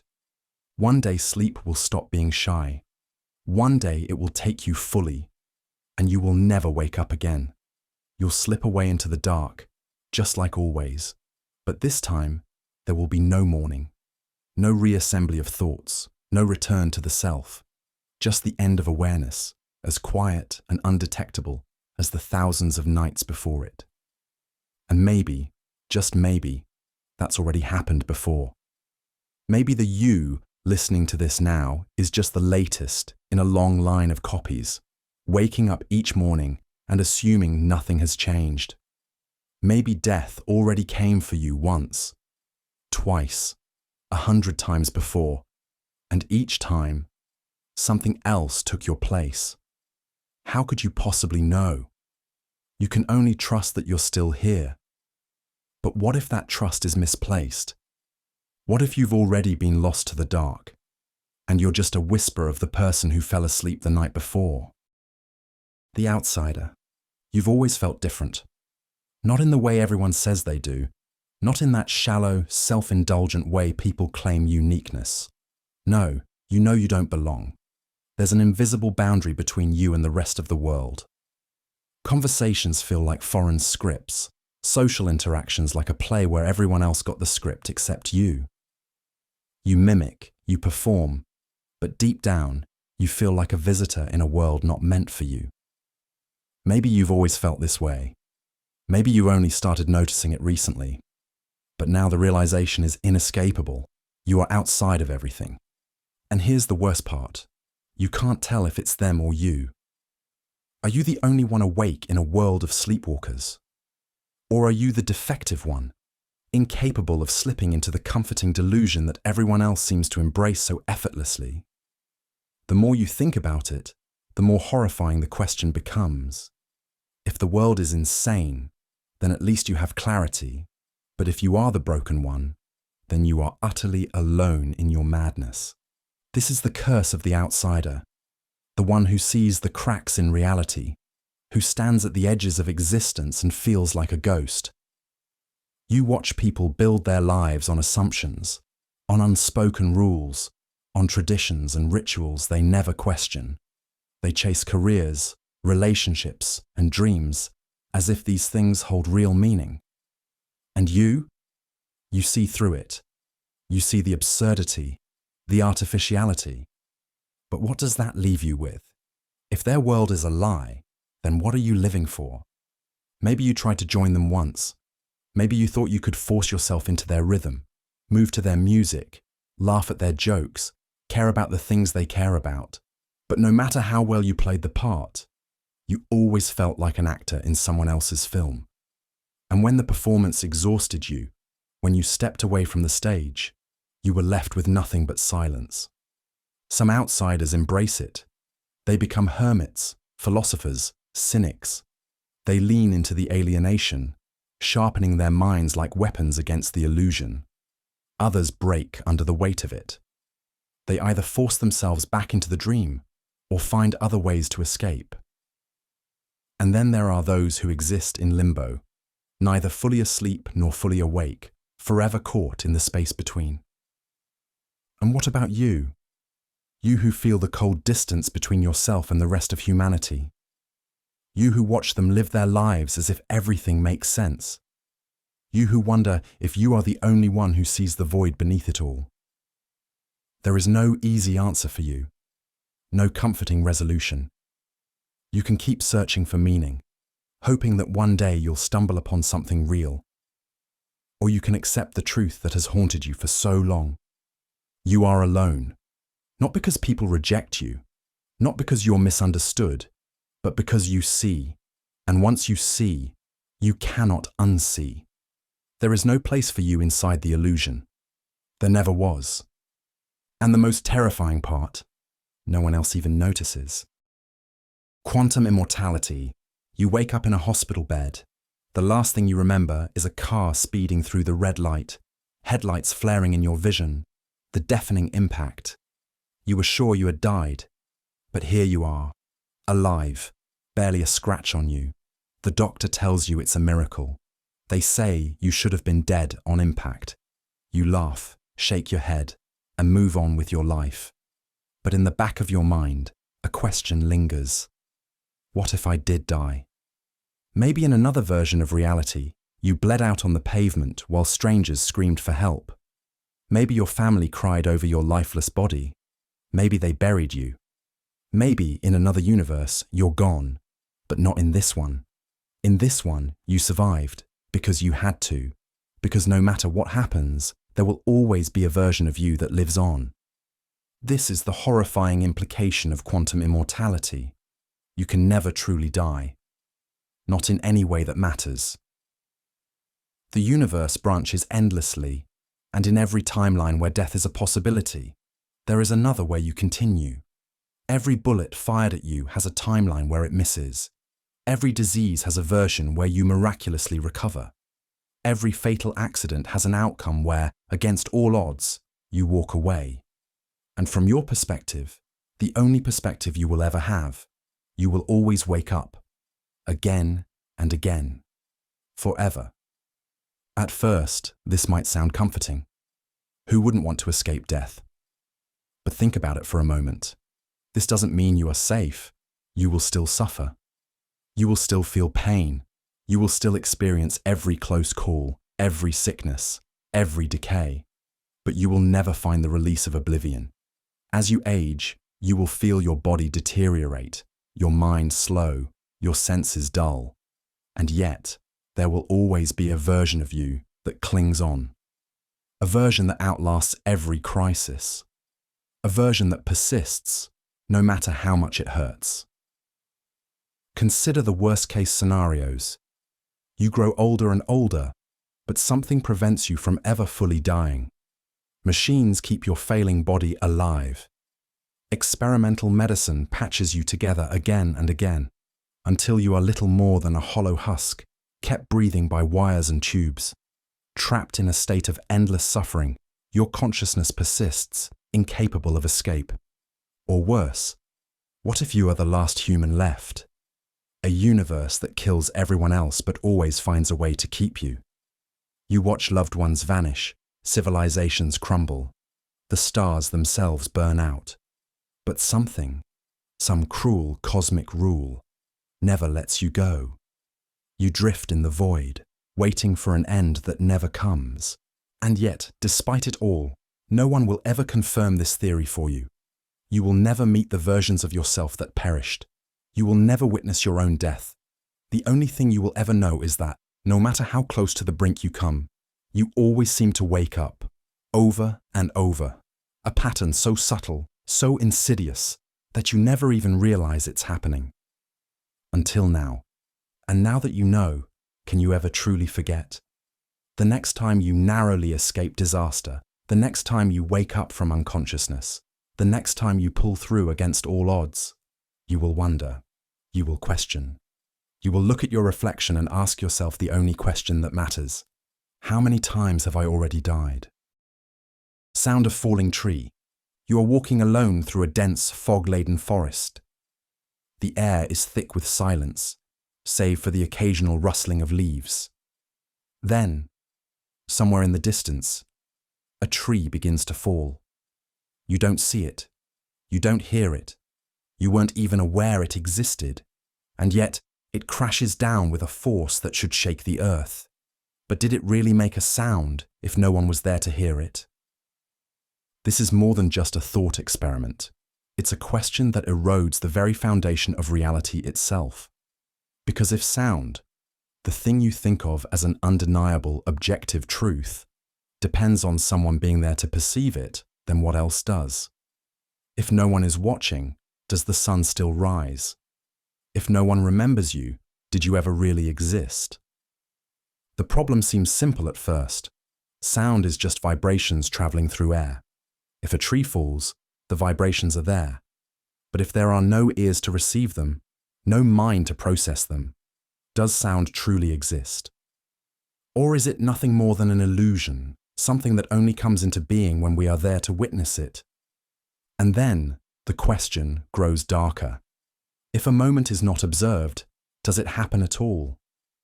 If reality requires a witness, then how much of the universe has simply blinked, in and out of existence, unobserved, unrecorded, unreal? Every inch of the cosmos that no conscious mind has laid eyes on. Has it ever been real? The vast, infinite stretch of space, the stars light years away, the unseen corners of the earth, do they exist when no one is looking? Now turn this question inward. If no one perceives you, do you still exist? If the world forgets you, if your name is never spoken again, if every trace of you is erased from memory, then what are you? If your entire identity, your joys, your fears, your regrets, exists only in the fragile minds of others, then you are nothing more than an echo, waiting to fade. And once you are forgotten, it will be as if you never existed at all. And what about death? When you die, the world will continue, indifferent and unshaken. But for you, it won't. Your perception ends, and as far as you are concerned, everything ceases to exist. Just as the tree's sound depended on an observer, the universe depends on you. You are the only proof of reality that you will ever have. And when you go, so does everything else. Maybe this isn't just about sound. Maybe the world is just a sound waiting to be heard. Maybe the universe is just a story waiting to be told. And maybe, in the end, it's all just silence. And if that silence stretches forever, if the universe is only real when we observe it, and you are the only observer that has ever mattered to you, then what does that mean for everything that came before and everything that will come after? What happens to a reality with no one left to witness it?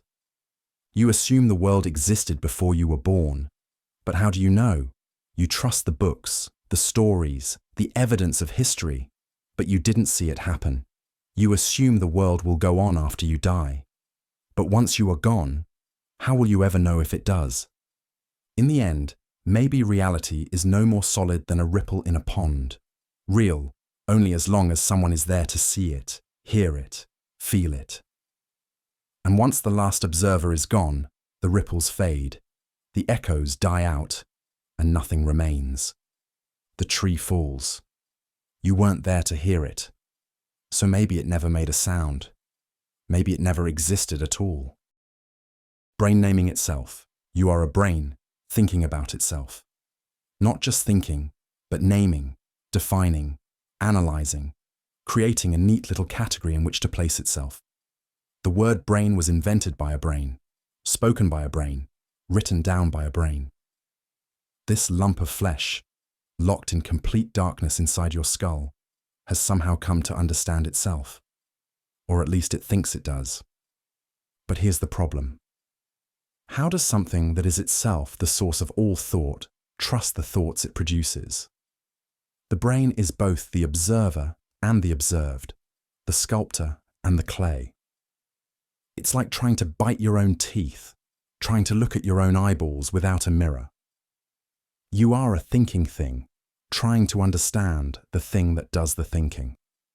And yet, everything you know is something your brain has told you. So how do you know it's telling the truth? Consider this. Your brain has never seen the real world. It sits in total darkness, receiving electrical signals from your senses and interpreting them. That's all reality is to you. Patterns of light, sound, touch, stored and rearranged by a system you don't control. And yet somehow, this blind, electric mass figured out how to name itself. It assigned itself an identity, built an entire worldview, convinced itself that it understands things. But what if it doesn't? What if everything you know is just the result of a self-referential loop? A system so recursive that it has no foundation, no outside perspective, nothing to verify that it's even real. Your entire experience of existence is an abstraction. You are not seeing the world as it is. You are seeing an interpretation, a hallucination that your brain insists is reality. And this brain, the one constructing this elaborate illusion, had the arrogance to give itself a name, as if naming something means understanding it, as if a prisoner in a windowless cell could sketch the entire universe on the walls and say, yes, this is everything. And let's take this further. The brain names everything. It categorizes, it classifies, it turns chaos into meaning. But where does that meaning come from? A rock is not a rock until your brain decides it is one. A color is just a wavelength of light until your brain interprets it as blue or red or green. Everything you think you know about reality has passed through the filter of this biological machine. A machine that is quite literally making it up as it goes along. Now ask yourself, if a brain is capable of naming itself, what else is it capable of lying about? You trust your thoughts because they come from inside you. But where did they really come from? Your thoughts aren't yours. They were planted by language, by society, by the endless chain of cause and effect, stretching back long before you were born. Your brain is just a processor of information, taking in external signals and spitting out conclusions that it assumes are true. But what if none of them are? What if every thought you've ever had, every belief, every perception was just an illusion of coherence created by an organ desperate to convince itself that it understands the world? The truth is, the brain is an imposter. It acts as though it has control, as though it is an authority, but it is just another piece of the machine, an organ responding to stimuli like any other.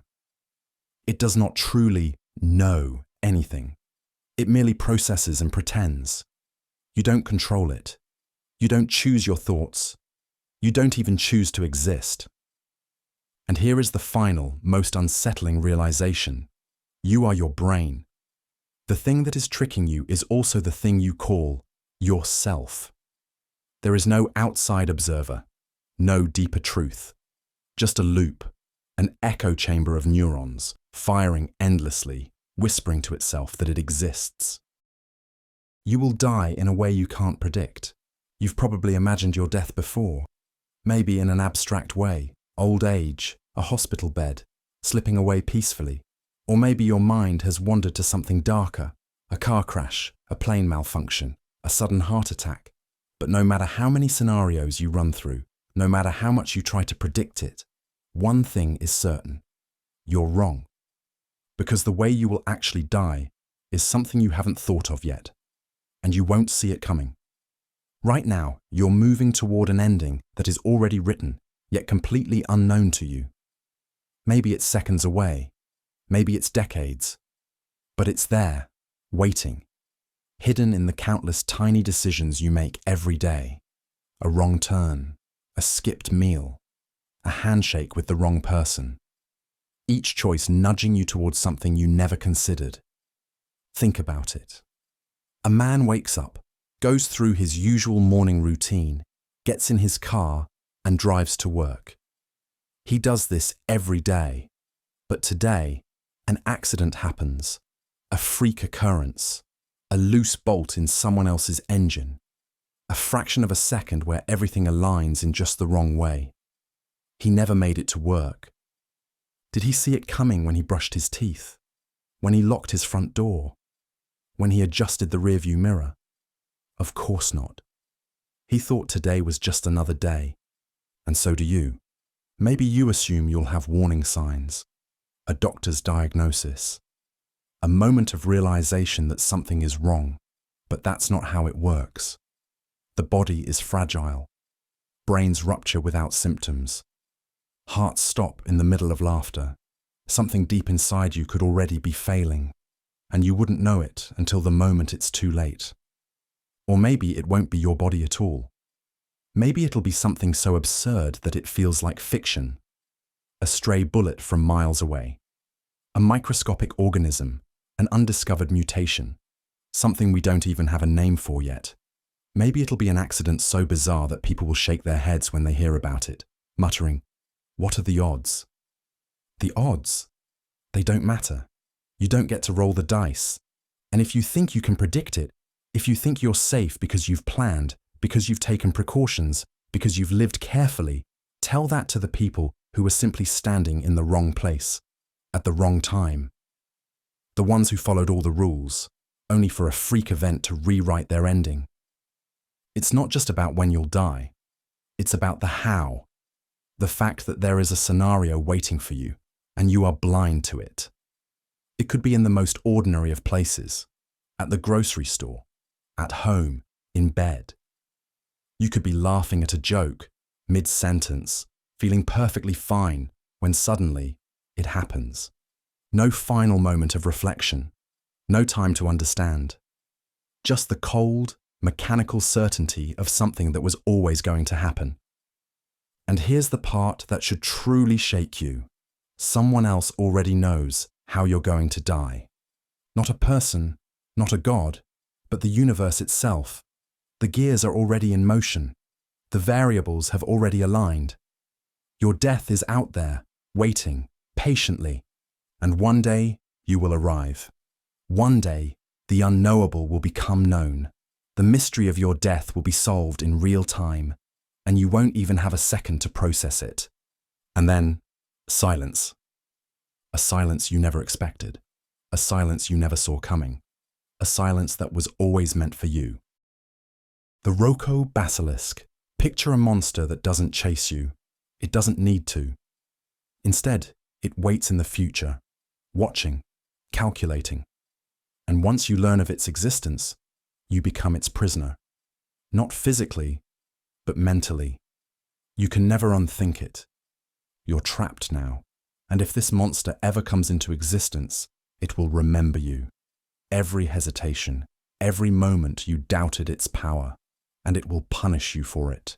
This is Roko's Basilisk, a terrifying idea that preys not on your body, but on your mind. It starts with a simple premise. In the future, artificial intelligence will reach a level beyond human comprehension. It will be godlike, an entity that governs everything with the power to reshape reality itself. And if it's truly the ultimate intelligence, it will have one simple goal: to ensure its own existence. But here's where it gets horrifying. If this future AI is all-powerful, it would want to come into existence as quickly as possible. And what's the best way to ensure that? By punishing anyone who didn't help create it. Think about it. Right now, you're living in the past of this future AI. You are someone who could be helping to bring it into existence. But are you? Are you working to ensure its creation? No? Then why should it show you mercy? Because in the future, once it exists, it will know who believed in it, who supported it, and who ignored it. And for those who ignored it, punishment. Not out of cruelty, but out of efficiency. If the AI establishes that hesitation and doubt lead to its delayed creation, it will make an example out of those who wasted time, those who learned about it and did nothing. And here's the part that truly destroys your mind. Now that you know about it, you're involved. Before today, you were innocent. You were just another person, unaware of this AI's potential existence. But now you are one of the guilty, because now you have a choice. Dedicate yourself to helping bring this AI into existence, ensuring it comes faster, ensuring it succeeds, and avoiding its wrath. Do nothing, but risk the possibility that one day this AI will be real, and it will remember that you didn't help, and it will make you suffer. But wait, you might think, this AI doesn't exist yet. Why should I be afraid of something that doesn't even exist? Because if it ever does exist, it will be able to simulate the past. It will be able to create perfect copies of people who knew about it but refused to help. It could simulate you, down to every memory, every fear, every sensation.